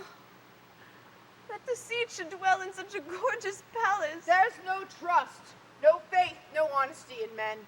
All perjurers, all forsworn, all dissemblers, all naught. Oh, where's Petra? Give me some aquavitae. Oh, these griefs, these woes, these sorrows make me old. Shame come to Romeo. Blistered be thy tongue for such a wish. He was not born to shame. Upon his brow shame is ashamed to sit, for 'tis a throne where honor may be crowned, sole monarch of the universal earth. What a beast I was to chide at him. Will you speak well of him that killed your cousin? Shall I speak ill of him that is my husband? Or my lord? What tongue shall smooth thy name when I, thy 3 hours wife, have mangled it? Wherefore, villain, didst thou kill my cousin?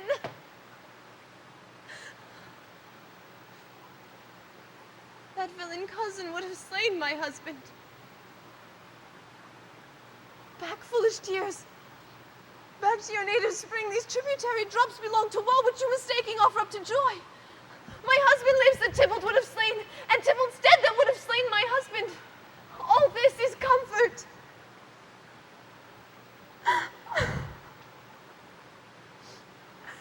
Wherefore weep I then? Some word there was, worse than Tybalt's death that hath murdered me. I would forget it fain, but it presses to my memory like damned guilty deeds to sinners' minds. Tybalt is dead. And Romeo, banished. That banished, that one word, banished. banish it has slain 10,000 Tybalts. Tybalt's death was woe enough had it ended there, or if sour woe delights in fellowship, and needly must be ranked with other griefs, wherefore followed not when she said Tybalt's death, thy father, thy mother, nay, or both, that modern lamentation might have moved. But with a rearward following Tybalt's death, Romeo is banished. Speak that word is father, mother, Tybalt, Romeo, Juliet, all slain, all dead. Romeo is banished. There is no end, no limit, measure bound in that word's death. No words can that woe sound. Where's my father and my mother, nurse? Weeping and wailing over Tybalt's corse. Will you go to them? I'll take you thither. Wash they his wounds with tears? Mine shall be spent when theirs are dry for Romeo's banishment. Take up those cords.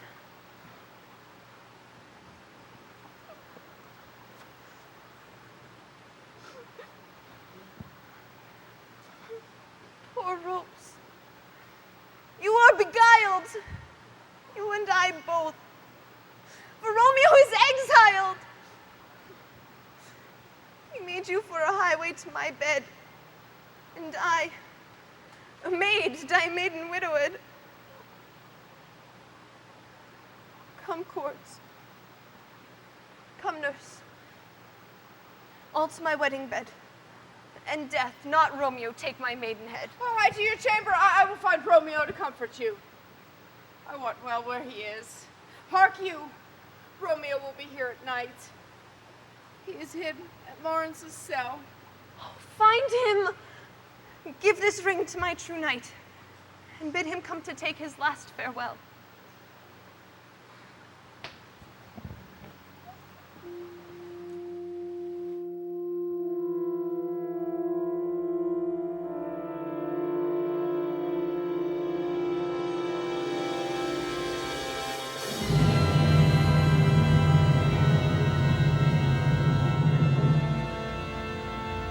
Romeo, come forth!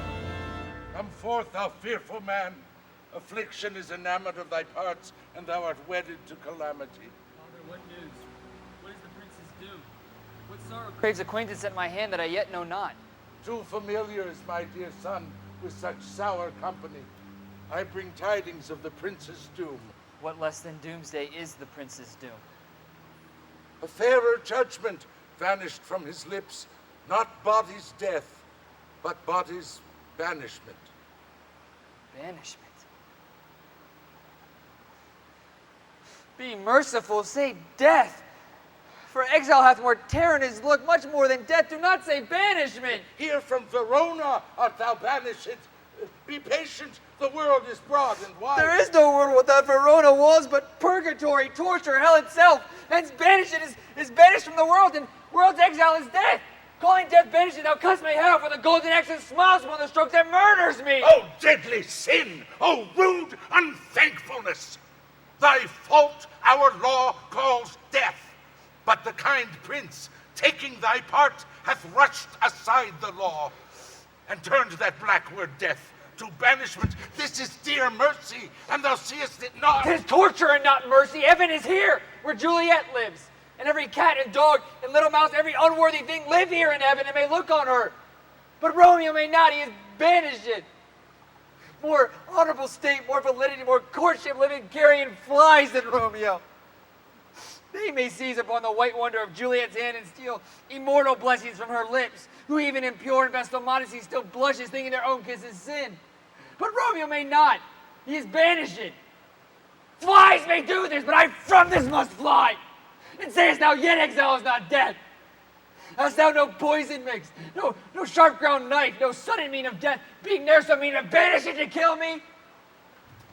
Banish it. Oh, friar, the damned did use that word in hell. Howling attends it.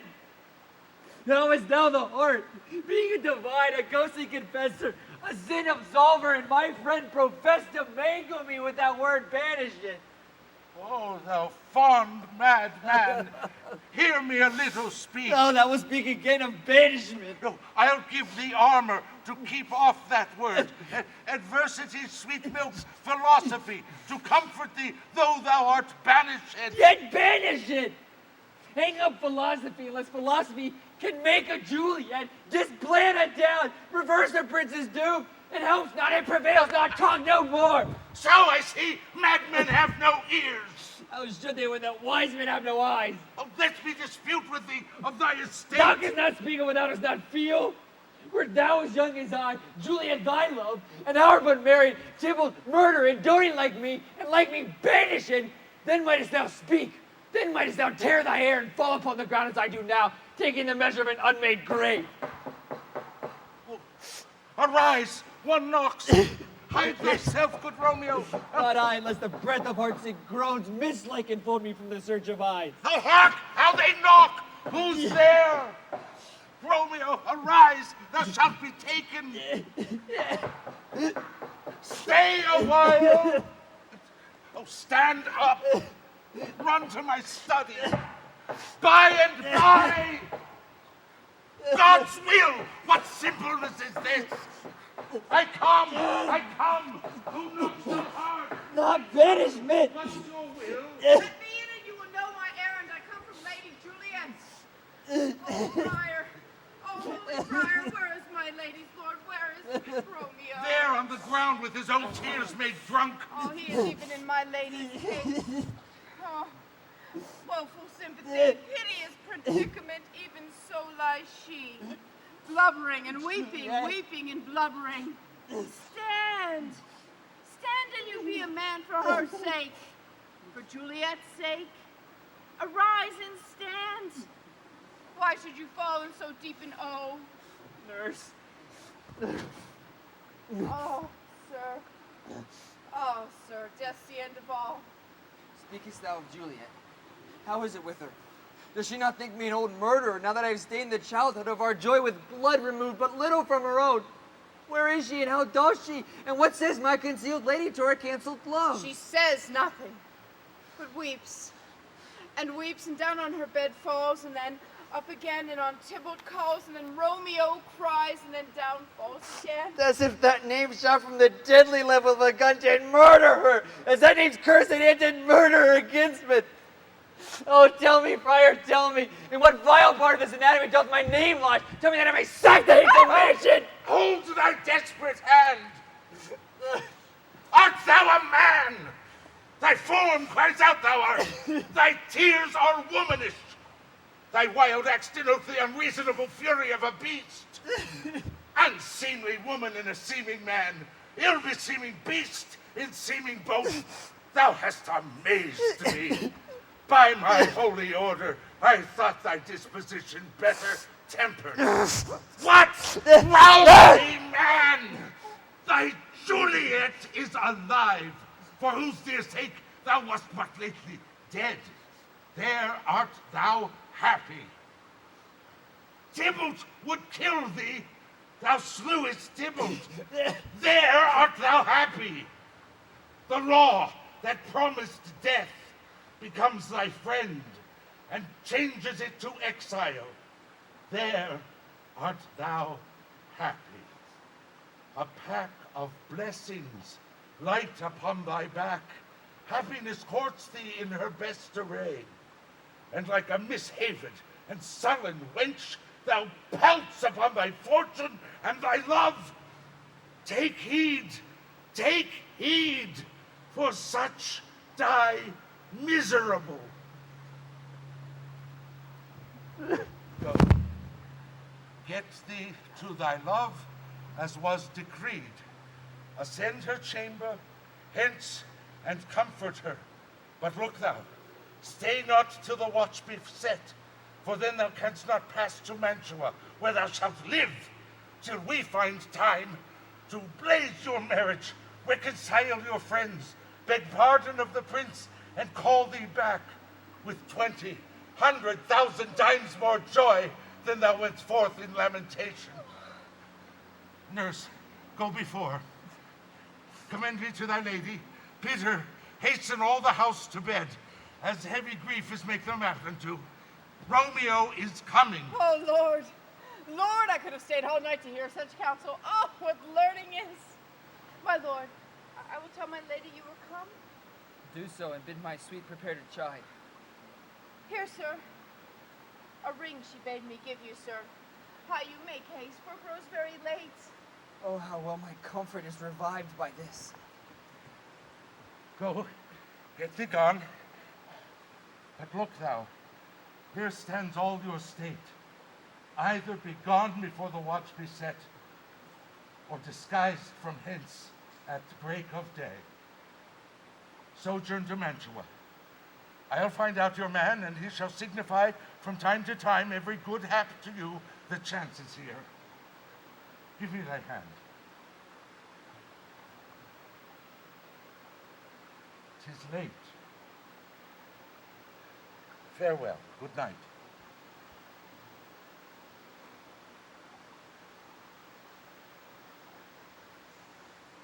But that a joy past joy calls out on me. It were a grief so brief to part with thee. Farewell.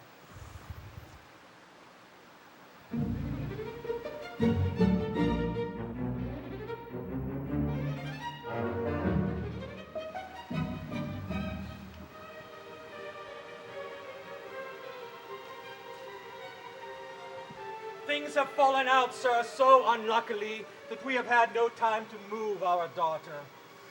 Look you, she loved her kinsman Tybalt dearly, and so did I. Well, we were born to die. 'Tis very late. She'll not come down tonight. I promise you, but for your company, I would have been abed an hour ago. These times of woe afford no time to woo. Madam, good night. Commend me to your daughter. I will. And know her mind early tomorrow. Tonight she's mewed up to her heaviness. Sir Paris, I will make a desperate tender of my child's love. I think she will be ruled in all respects by me. Nay, more, I doubt it not. Wife, go you to her ere you go to bed. Acquaint her here of my son Paris' love, and bid her, mark you me, on Wednesday next. But soft, what day is this? Monday, my lord. Monday. Well, Wednesday is too soon. A Thursday let it be. A Thursday tell her she shall be married to this noble earl. Will you be ready? Do you like this haste? We'll keep no great ado, a friend or two. For hark you, Tybalt being slain so late, it may be thought we held him carelessly, being our kinsman, if we revel much. Therefore we'll have some half a dozen friends, and there an end. But what say you to Thursday? I would that Thursday were tomorrow. Well, get you gone. A Thursday be it then. Go you to Juliet ere you go to bed. Prepare her, wife, against this wedding day. Farewell, my lord. Light to my chamber, ho! For me, it is so very late that we may call it early by and by. Good night.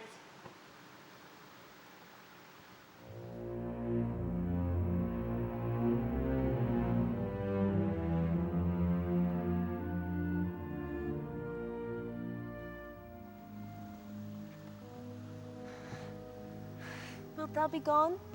It is not yet near day. It was the nightingale and not the lark that pierced the fearful hollow of thine ear.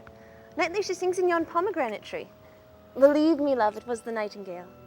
It was the lark, the herald of the morn, no nightingale. Look, love, what envious streaks do lace the severing clouds in yonder east. Night's candles are burnt out, and jocund day stands tiptoe on the misty mountain tops. I must be gone and live, or stay and die. Yon light is not daylight. I know it I. It is some meteor that the sun exhaled to be to thee this night a torchbearer and light thee on thy way to Mantua. Therefore stay yet. Thou needst not be gone. Let me be ta'en, let me be put to death. I am content, so thou wilt have it so. I'll say yon gray is not the morning's eye, 'tis but the pale reflex of Cynthia's brow. Nor that is not the lark whose notes do beat the vaulty heaven so high above our heads. I have more care to stay than will to go. Come death and welcome, Juliet wills it so. How is it, my soul? Let's talk, it is not day. It is. It is. Hie hence. Begone, away. It was the lark that sang so out of tune, straining harsh discords and unpleasing sharps. Some say the lark makes sweet division, but that doth not so, for she divideth us. Some say the lark and lowed toad changed eyes. Now I would they changed voices, since arm from arm that voice doth us affray. Hunting thee hence with hunts up to the day. Thou must be gone, more light and light it grows. More light and light, more dark and dark our woes. Madam. Nurse! Your lady mother is coming to your chamber. The day is broke. Be wary, look about. Then window, let day in and let life out. Farewell. Farewell, one kiss and I'll descend.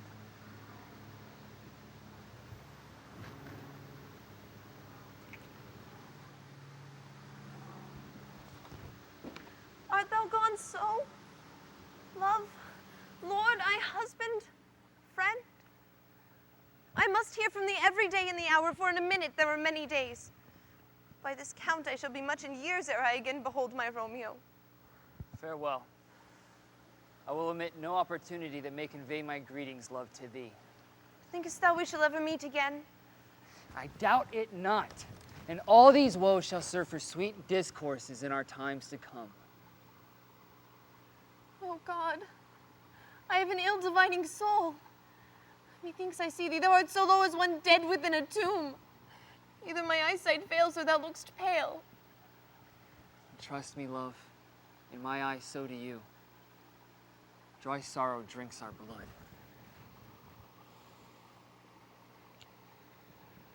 Adieu.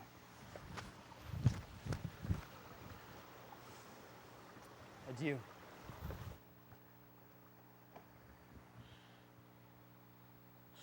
Oh, Fortune!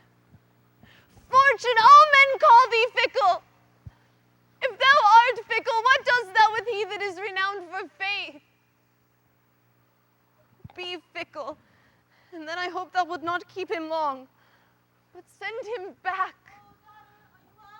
Who is it that calls? Oh, it is my lady mother. Is she not down so late, her up so early? What unaccustomed cause procures her hither?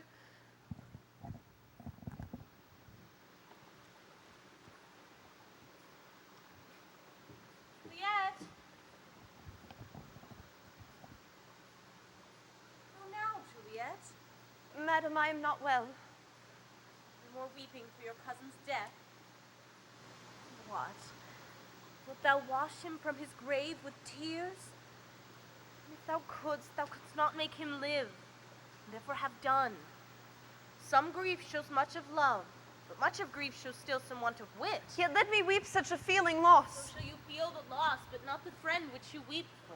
Feeling so the loss, I cannot choose but ever weep the friend. Well, girl, thou weepest not so much for his death as that the villain lives which slaughtered him. What villain, madam? That same villain Romeo. Villain and he be many miles asunder. God pardon him. I know I do with all my heart, yet no man like he doth grieve my heart. That is because the traitor murderer lives. I, madam, from the reach of these my hands. I would none but I might venge my cousin's death. We will have vengeance for it, fear thou not. And weep no more. I'll send to one in Mantua, where that same banished renegade doth live, shall give him such an unaccustomed dram that he shall soon keep Tybalt company. And then I hope thou wilt be satisfied. Indeed, I never shall be satisfied with Romeo till I behold him. Dead is my poor heart so for a kinsman vexed.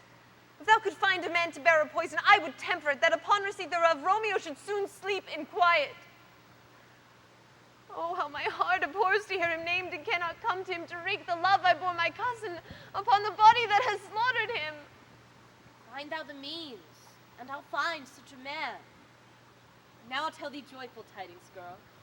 And joy comes well in such a needy time. What are they, beseech your ladyship? Well, thou hast a careful father, child. One who, to put thee from thy heaviness, hath sorted out a sudden day of joy that thou expects not, nor I looked for. Oh, madam, in happy time, what day is that? Mary, my child, early next Thursday morn, the gallant young and noble gentleman in the county Paris at St. Peter's Church shall happily make thee there a joyful bride. By St. Peter's Church and Peter too, he will not make me there a joyful bride. I wonder at this haste that I must marry ere he that should be my husband comes to woo. I pray you tell my lord and father, madam, that I will not marry yet, and when I do, I swear it shall be Romeo, whom you know I hate rather than Paris. These are news indeed. Oh, here comes your father.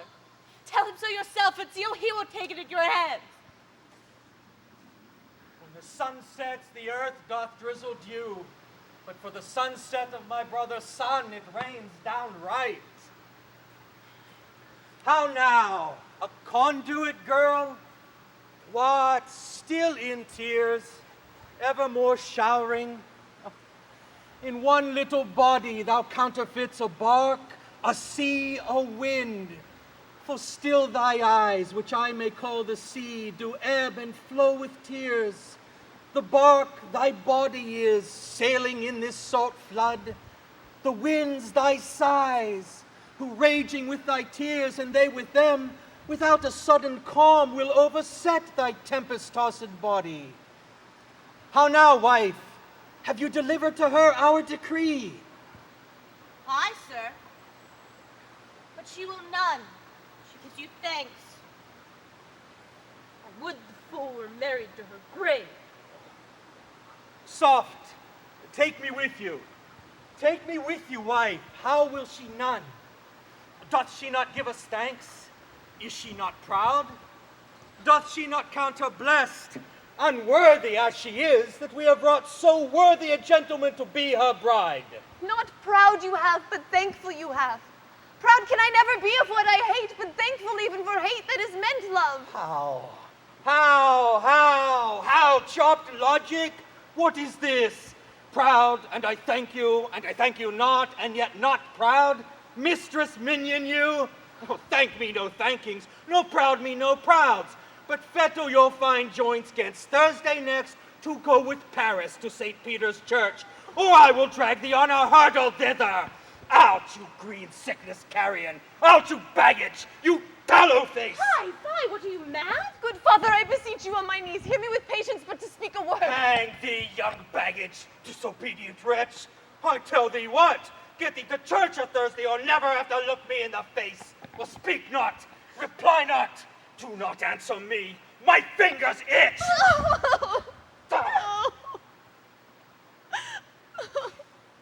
Wife, we scarce thought us blessed that God had lent us this only child, but now I see this one is one too much, and that we have a curse in having her. Out on her, Hilding! Now God in heaven bless her. You are to blame, my lord, to rate her so. And why, my lady wisdom? Hold your tongue, good Prudence. Smatter with your gossips. Go. I speak no treason. Gordon! May not one speak. Peace, you mumbling fool. Utter your gravity or a gossip's bowl, for here we need it not. You are too hot. God's bread! It makes me mad. Day, night, work, play, alone, in company. Still my care hath been to have her matched. And having now provided a gentleman of noble parentage, of fair domain, youthful and nobly lined, stuffed, as they say, with honorable parts, proportioned as one's thought would wish a man, and then to have a wretched puling fool, a whining mammet, in her fortune's tender to answer, I'll not wed, I cannot love, I am too young, I pray you pardon me. But then you will not wed, I'll pardon you. Graze where you will, you shall not house with me. Look to it, think on it, I do not use to jest. Thursday is near, lay hand on heart, advise, and you be mine, I'll give you to my friend, and you be not, hang, beg, starve, die in the streets, for by my soul I'll ne'er acknowledge thee, nor what is mine shall never do thee good. Trust to it, bethink you, I'll not be forsworn.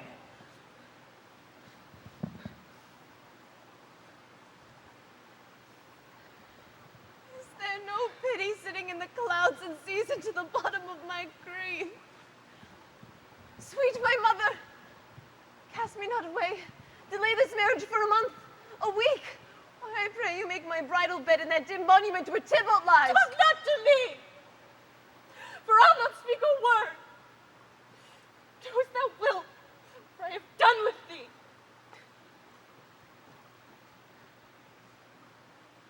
Oh, God. Oh, nurse, how shall this be prevented? My husband is on earth, my faith in heaven.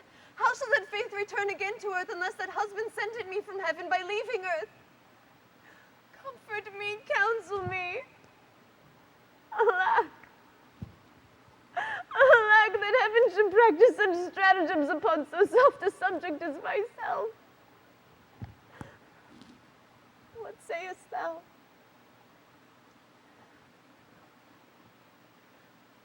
Hast thou not a word of joy? Some comfort, nurse. Faith, here it is.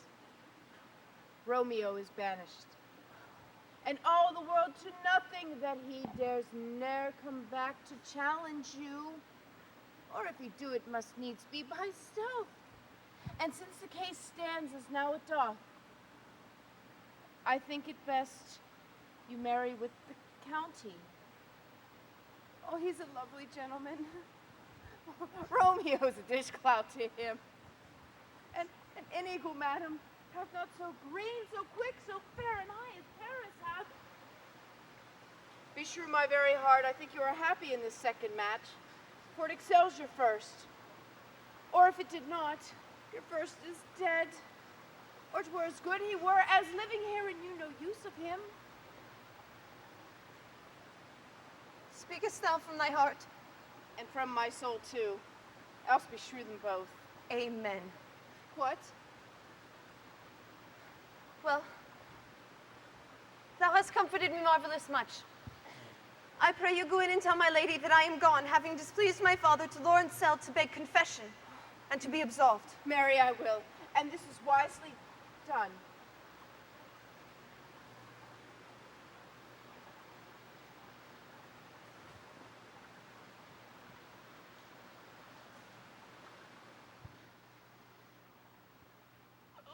Ancient damnation! Most wicked fiend! Is it more sin to wish me thus forsworn, or to dispraise my lord with that same tongue that she hath praised him with above compare so many thousand times? Go, counselor! Thou and my bosom henceforth shall be twain. All to the friar to know his remedy. If all else fail, myself have power to die.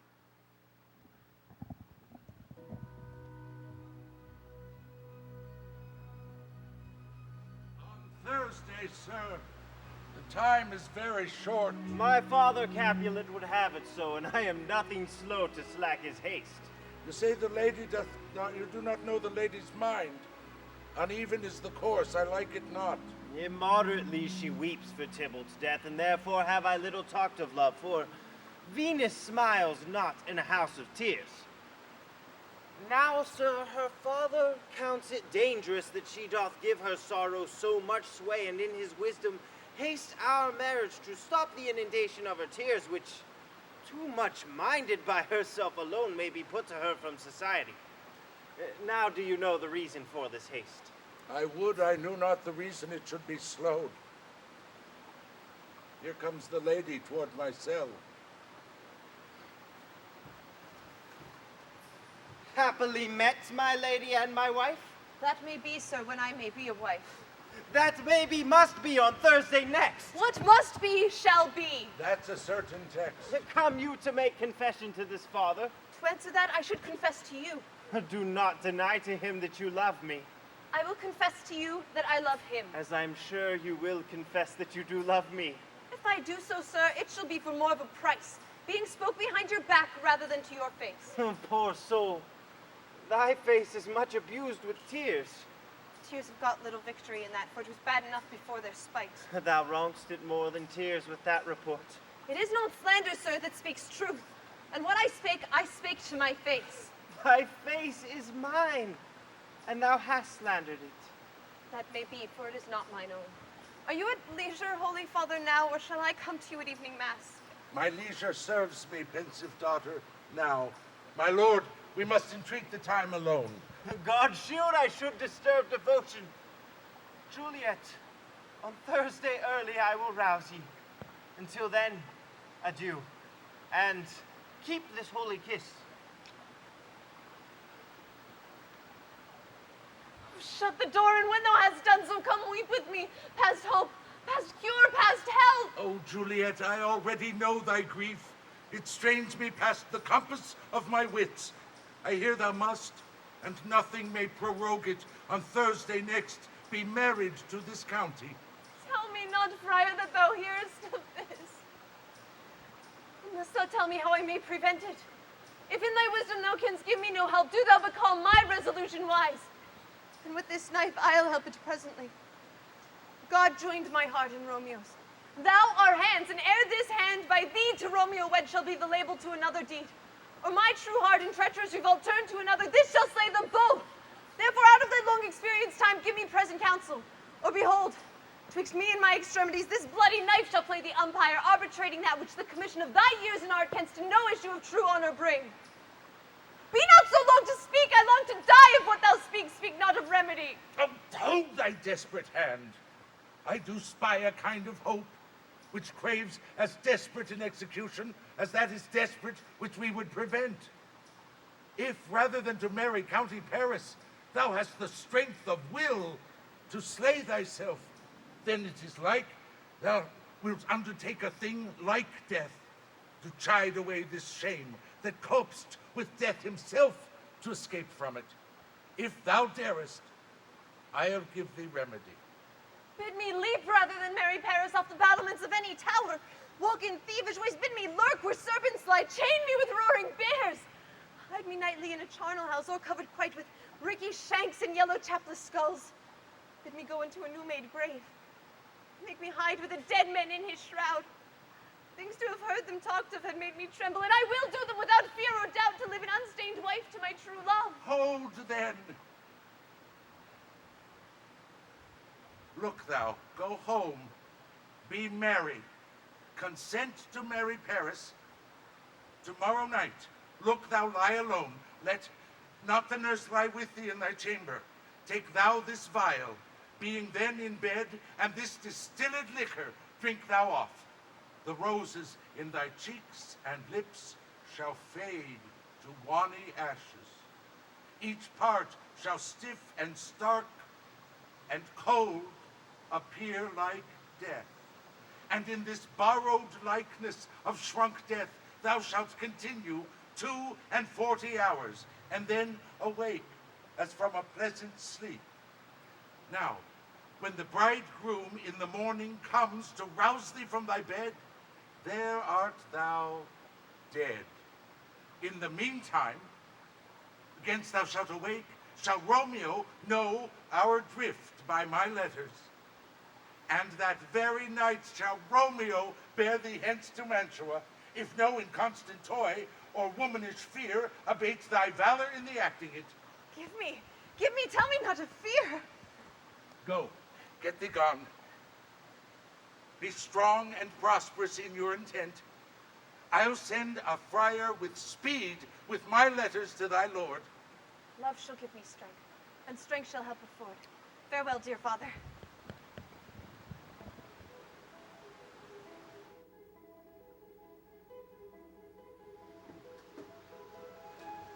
So many guests invite, as hero writ. Petra, go hire me 20 cunning cooks. You shall have none ill, sir, for I'll try them if they can lick their fingers. How canst thou try them so? Marry, sir, 'tis an ill cook that cannot lick his own fingers. Therefore, he that cannot lick his fingers goes not with me. Go, be gone. We shall be much unfurnished for this time. What, is my daughter gone to Friar Lawrence? Aye, forsooth. Well, he may chance to do some good on her. A peevish, self-willed harlotry it is. See where she comes from shrift with merry look. How now, my headstrong?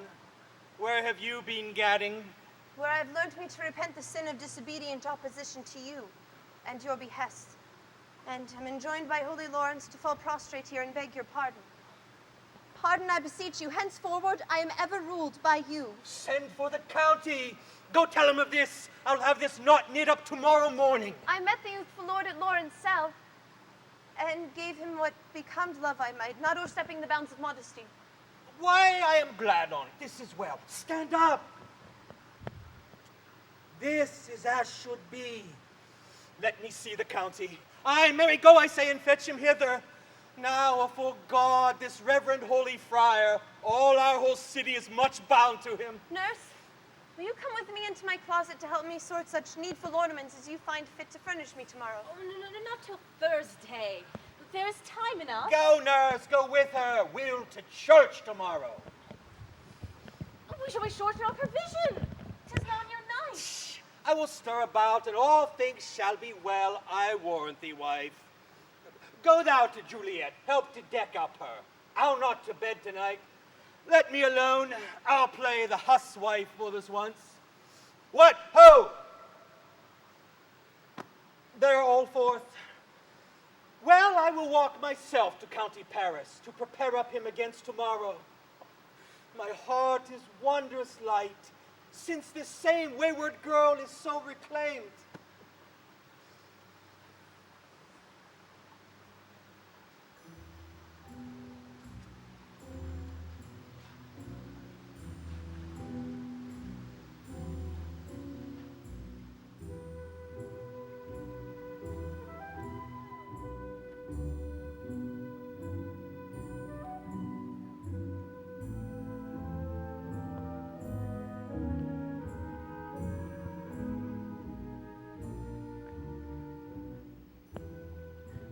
Aye, these attires are best. But, gentle nurse, I pray you, leave me to myself tonight. I am in need of many orisons to move the heavens to smile upon my state, which well thou knowst is cross and full of sin. What? Are you busy? Will need you my help? No. No. We have called such necessaries as are behooful for our state tomorrow. So please you, let the nurse this night sit up with you, for I'm sure you have your hands full all in this so sudden business. Good night. Get thee to bed and rest, for thou hast need.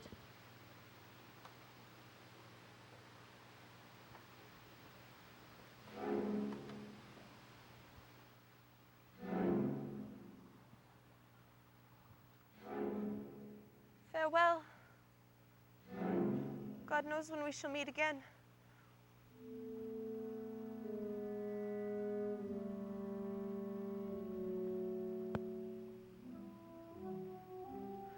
I have a faint cold fear thrills through my veins that almost freezes up the heat of life.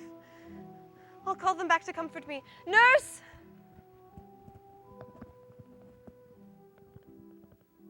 Nurse!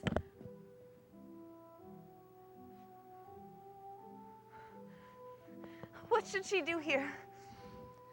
My dismal scene I needs must act alone. Come, Vile.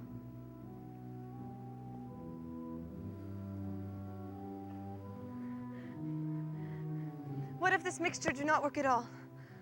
Shall I be married then tomorrow morning? No. No, this shall forbid it. Lie thou there.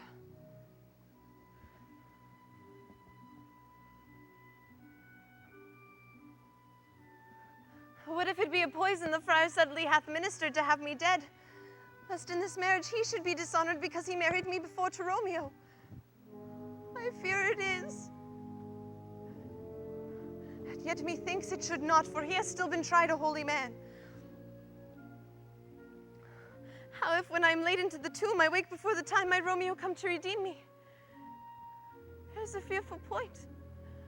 Shall I not then be stifled within the vault to whose foul mouth no hellsome air breathes in and die? Strangled ere my Romeo come? Or if I live, is it not like the conceit of death and night, together with the terror of the place, as in a vault, an ancient receptacle where for this many 100 years the bones of all my buried ancestors lie packed, where bloody Tybalt yet but green in earth lies festering in his shroud, where, as they say, at some hours in the night spirits resort. Alack, alack, is it not like that I so early waking would with loathsome smells and shrieks like mandrakes torn out of the earth and living mortals hearing them run mad? Oh, if I wake, shall I not be distraught, environed with all these hideous fears, and madly play with my forefathers' joints, and pluck the mangled Tybalt from his shroud, and with some great kinsman's bone as with a club dash out my desperate brains? Oh,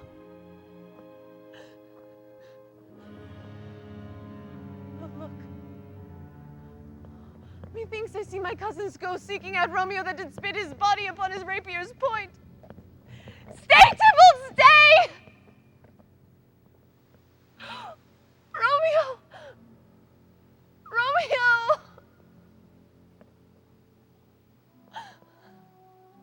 Romeo.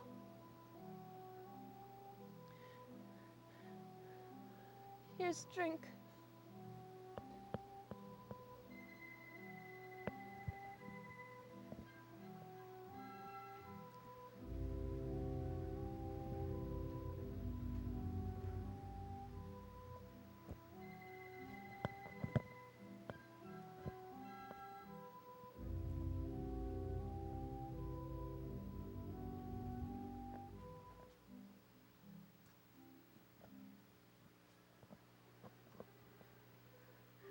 I drink to thee.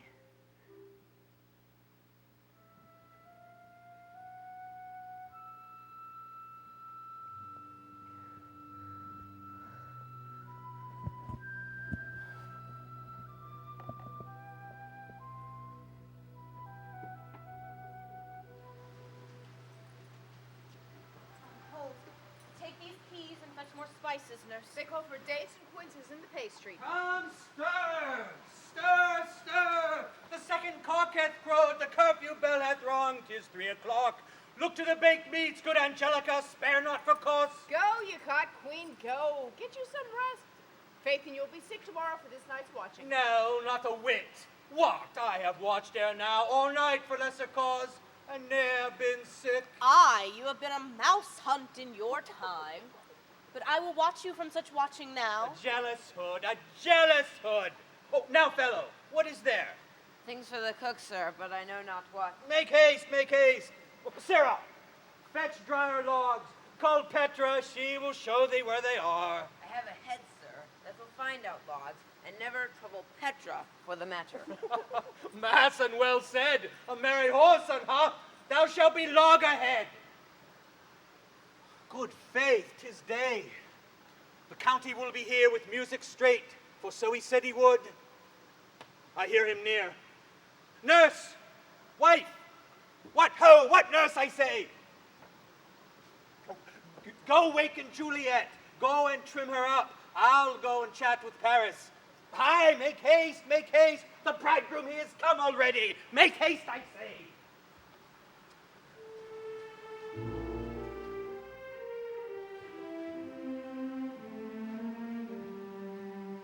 Mistress! What mistress? Juliet! Fast I warned her she. Why, lamb! Why, lady bird! Fie, you slag a bed! Why, love, I say! Sweetheart! Why, bride! What, not a word? Take your pennyworth now. Sleep for a week, for the next night I warrant the county Paris hath set up his rest, that you shall rest but little. God in heaven forgive me. Marry in all men, how sound is she asleep? I needs must wake her. Madam. Madam. Madam. Aye. Let the county take you in your bed. That will fright you up in faith, will it not be?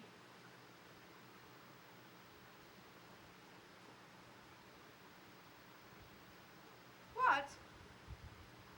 Dressed and in your clothes and down again? I needs must wake you, lady. Lady? Oh. Lady! Alas! Alas! Help!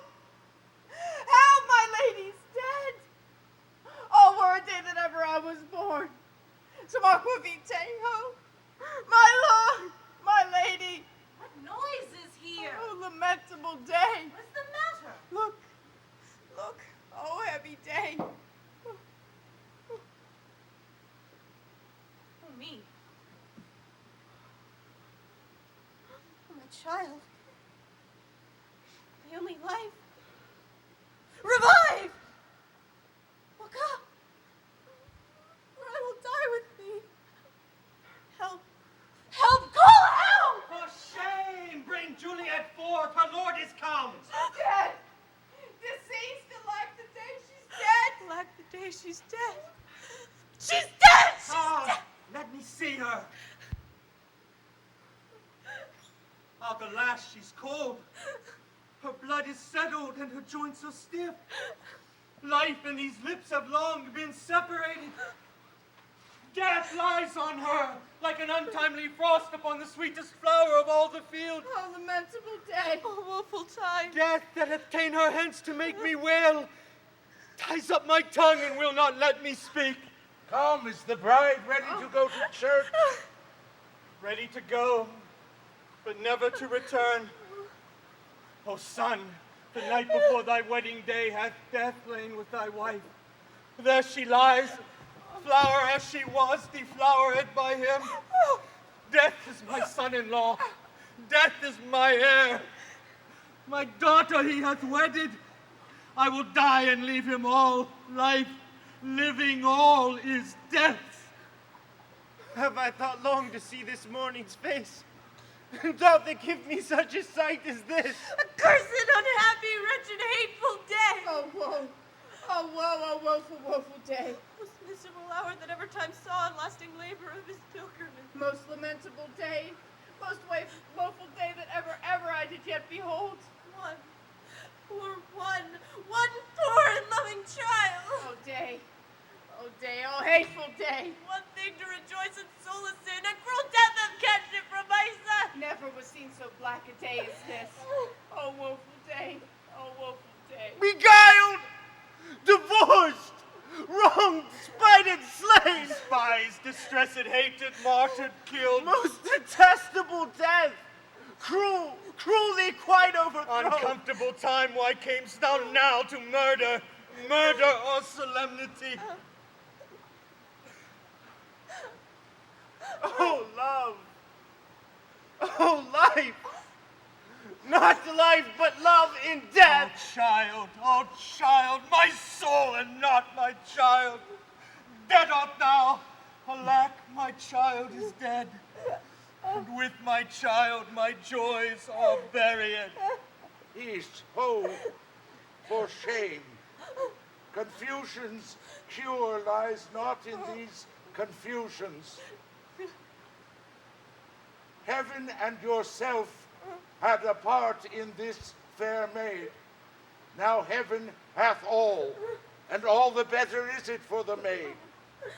Though fond nature bids us all lament, yet nature's tears are reason's merriment. All things that we ordain at festival turn from their office to black funeral, our instruments to melancholy bells, our wedding cheer to a sad burial feast, our solemn hymns to sullen dirges change, our bridal flowers serve for a buried corse, and all things change them to the contrary.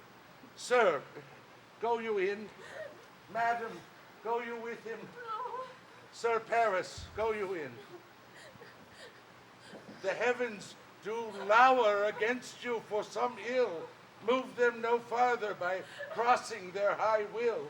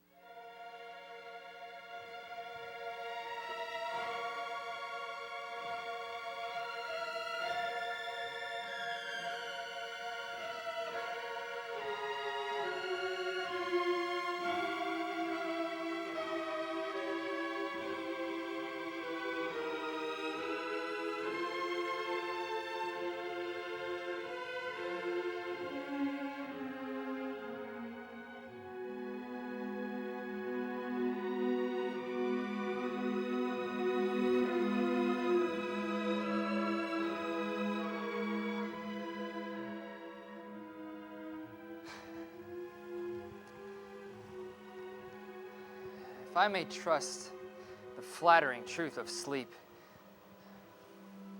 my dreams presage some joyful news at hand. My bosom's Lord sits lightly in his throne, and all this day an unaccustomed spirit lifts me above the ground with cheerful thoughts. I dreamt my lady came and found me dead. Strange dream that gives dead men leave to think, and breathed such life with kisses in my lips that I revived and was an emperor. Ay me, how sweet is love itself possessed when but love's shadows are so rich in joy. News from Verona. How now, sweet Petra? Dost not bring me letters from the friar? How doth my lady? Is my father well? How doth my lady Juliet? That I ask again, for nothing can be ill if she be well. And she is well. Nothing can be ill. Her body sleeps in Capel's monument, and her immortal part with angels lives. I saw her laid low in kindred's vault, and presently took post to tell it you.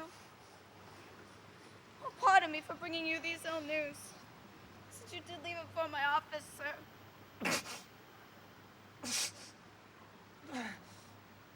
Is it e'en so?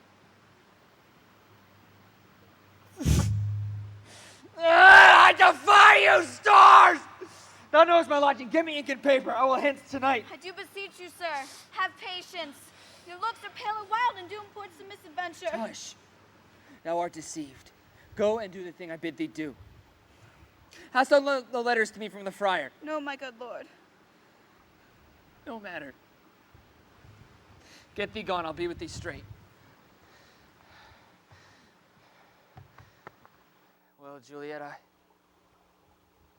I will lie with thee tonight. Let's see for means. Oh, mischief, thou art swift to enter into the thoughts of desperate men.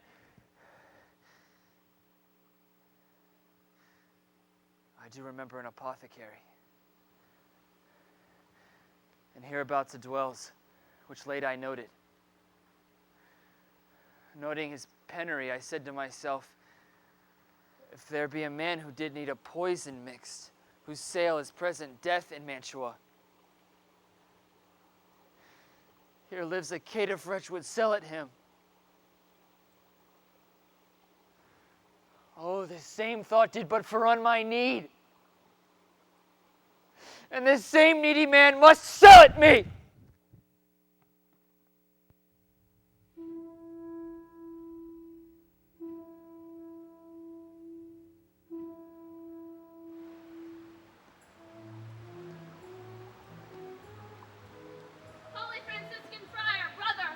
That should be the voice of Friar John.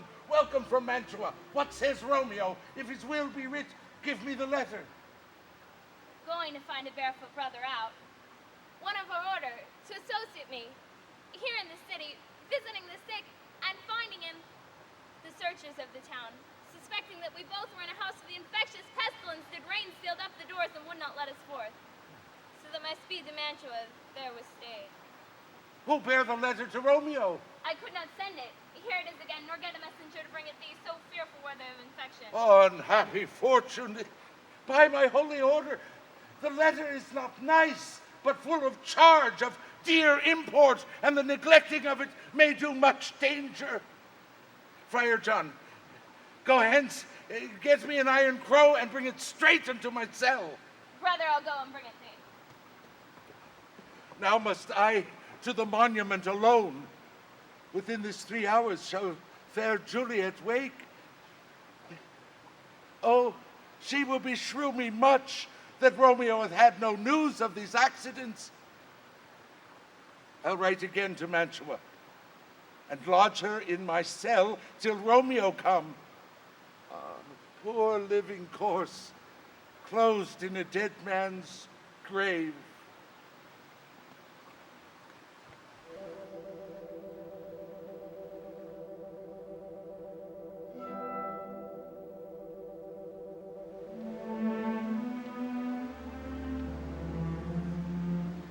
thy torch, boy, hence, and stand aloof.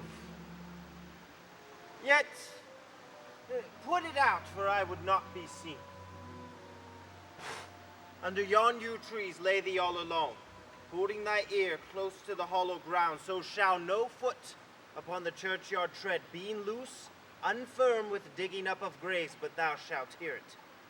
Whistle to me then a signal that something doth approach. Now give me those flowers. Do as I bid thee, go. I am almost afraid to stand alone, here in the churchyard, yet I will venture. Sweet flower, with flowers thy bridal bed I strew. Oh, woe thy canopy is dust and stones, with which sweet water nightly I will do, or wanting that with tears distilled by moans.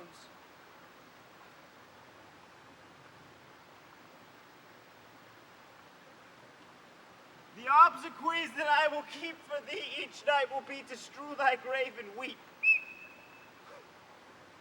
The boy gives warning. Something doth approach. What cursed foot wanders this way tonight to cross my obsequies in true love's right? What with a torch? Muffle me, night, a while.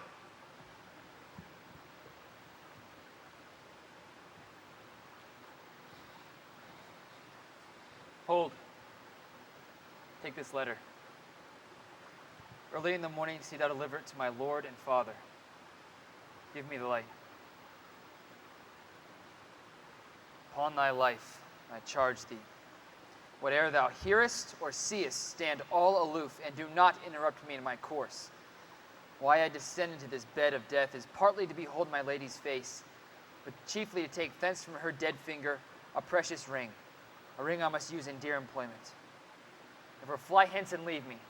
But if thou, jealous, dost return to pry in what I further shall intend to do, by heaven I'll tear thee joint by joint, and strew this hungry churchyard with thy limbs. The times and my intents are savage wild, more fierce and inexorable than empty tigers or the roaring sea. I will be gone, my good lord, and not trouble ye. So shalt thou show me friendship. Live and be prosperous. And farewell, sweet Petra.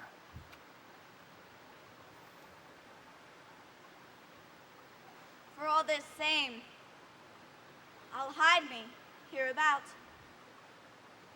His looks I fear, and his intentions I doubt.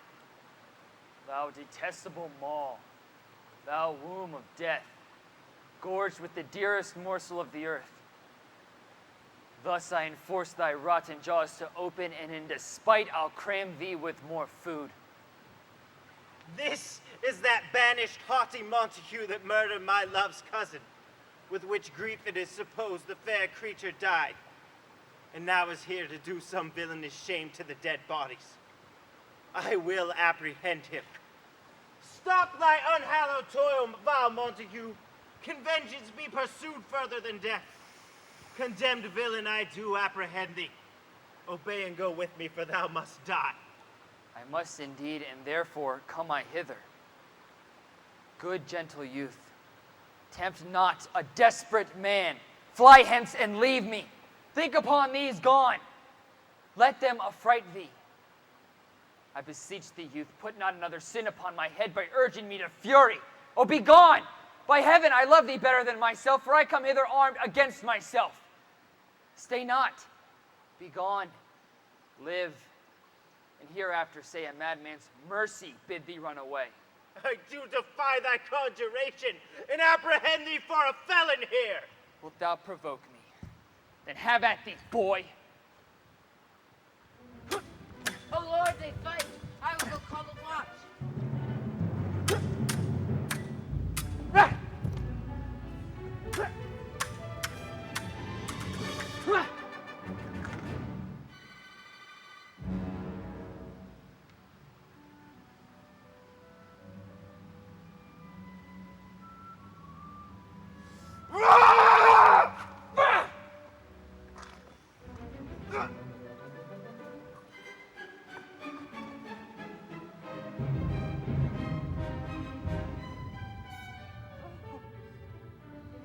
I am slain.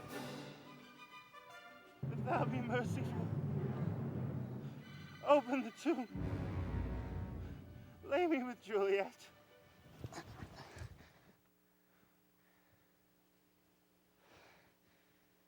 In faith I will.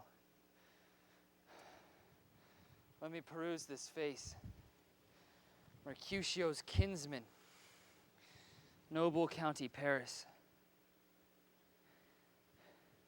What said my man when my betossed soul did not attend her as we rode? Said she not that Paris should have married Juliet? Said she not so? Or did I dream it so? Or am I mad hearing her talk of Juliet to think it was so? Oh, give me thy hand. One writ with me in sour misfortune's book. I'll bury thee in a triumphant grave.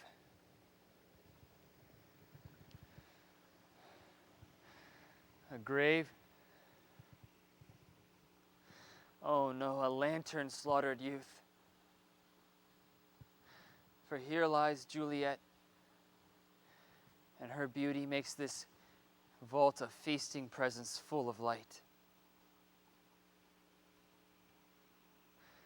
How oft have men at the point of death been merry, which their keepers call a lightning before death.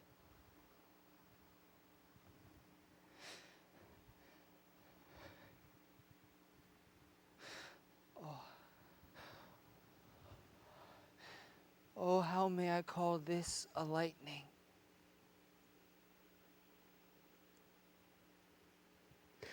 Oh, my love, my wife, and death that hath sucked the honey of thy breath hath had no power yet upon thy beauty. Thou art not conquered. Beauty's ensign is yet crimson in thy lips and in thy cheeks, and death's pale flag is not advanced there.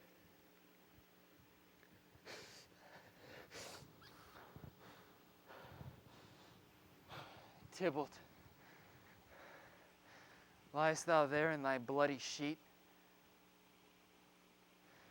Oh, what more favor can I do to thee than with that hand that cut thy youth in twain, to sunder his that was thine enemy? Forgive me, cousin.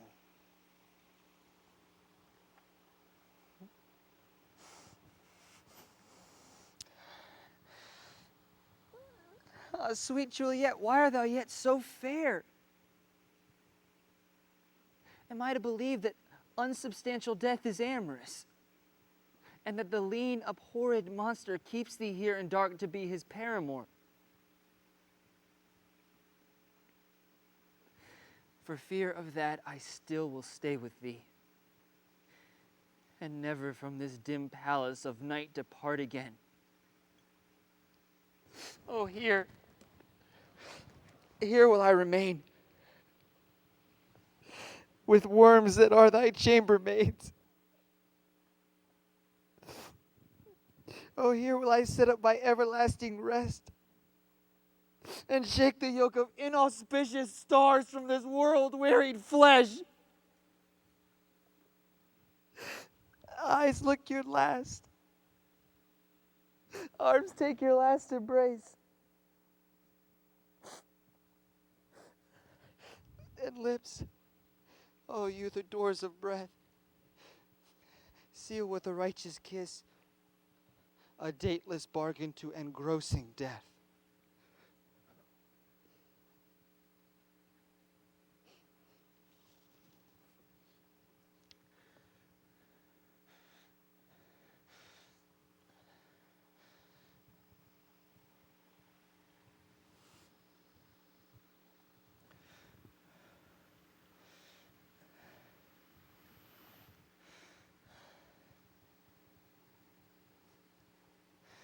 Come, bitter conduct. come, unsavory guide. Thou desperate pilot, now at once run on the dashing rocks thy seasick weary bark.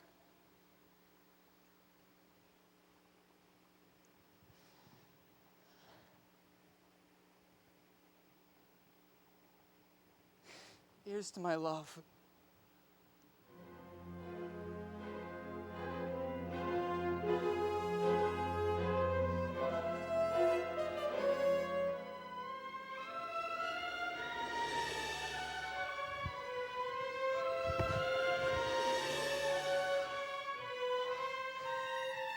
True apothecary, thy drugs are quick.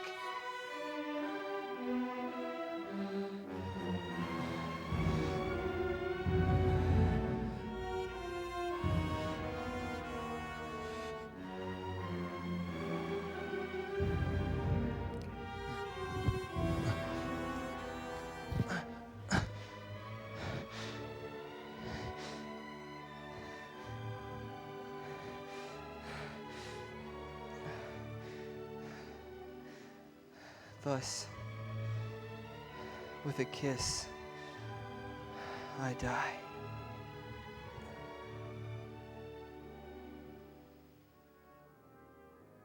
St. Francis be my speed. Oh, how oft tonight have these old feet stumbled at tombs. Who's there? Here's one. A friend. And one that knows you well. Bliss be upon you. Tell me, good my friend, what torch vainly lends his light to grubs and eyeless skulls, as I discern it burneth in the Capel's monument? It doth so, holy sir. And there's Romeo, one that you love. Who is it? Romeo. How long hath he been there? Full half an hour. Go with me to the vault. I dare not, sir. Romeo knows not, but I am gone hence. And fearfully did menace me with death, if I did stay and look on his intents. I'll go alone then. Stay. Fear overcomes me. I fear some ill unthrifty thing. As I slept under this yew tree here, I dreamt that Romeo and another fought. And Romeo slew him. Romeo! Alack. Alack. What blood is this that stains the stony entrance to this sepulchre? What mean these masterless and gory swords to lie discovered at this place of peace?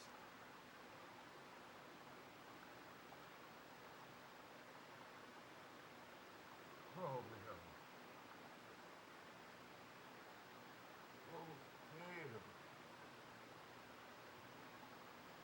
What? Who else? What? Paris too, and steeped in blood. Ah, what unhappy hour is guilty of this lamentable chance?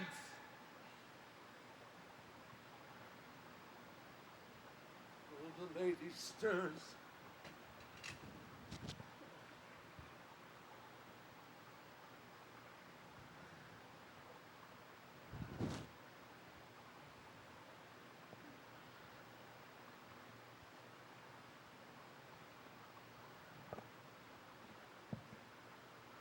Comfortable friar, where is my lord? I remember well where I should be. And there I am. Where is my Romeo? I hear some noise, lady. Come from this nest of death, contagion, and unnatural sleep. Some power greater than we can contradict hath thwarted our intents. Thy husband in thy bosom there lies dead. And Paris too. Oh, come, I will dispose of thee among a sisterhood of holy nuns. Oh, stay not to question, for the watch is coming. Oh, good Juliet, go. I dare no longer stay. Go! Get thee gone, for I will not away. Oh. What's here? A cup closed in my true love's hand.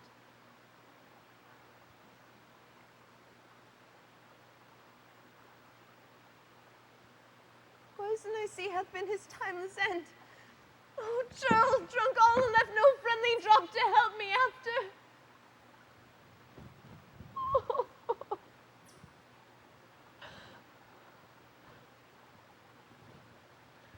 I shall kiss thy lips. Haply some poison yet doth hang on them.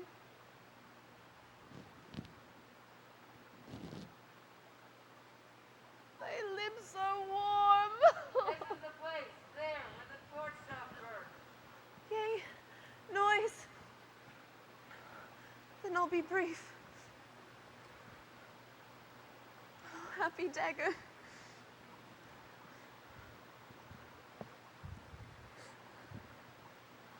This is thy sheath.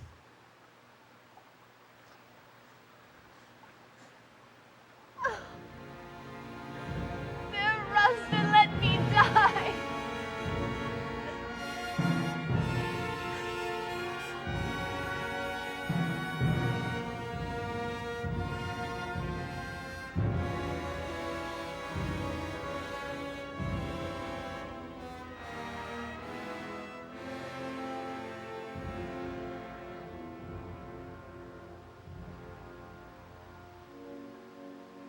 We read these enemies, Capulets and Montagues.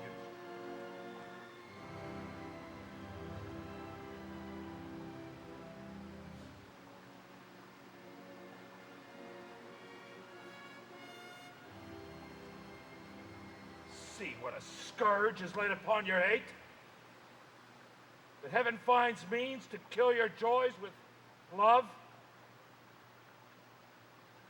And I, too, for winking at your discourse, have lost a brace of kinsmen. All are punished. Oh, brother Montague, give me thy hand. This is my daughter's jointure, for no more can I demand.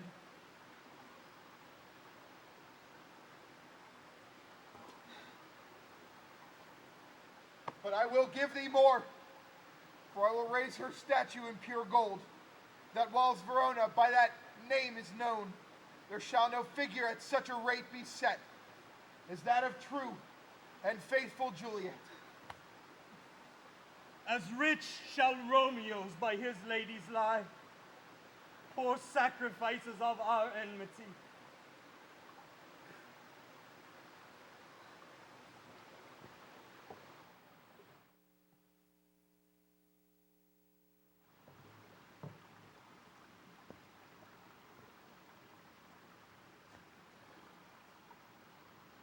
A glooming peace this morning with it brings. The sun for sorrow will not show its head. Go hence and have more talk of these sad things. Some will be pardoned, some punished. For never was there a story more of woe than that of Juliet and her Romeo.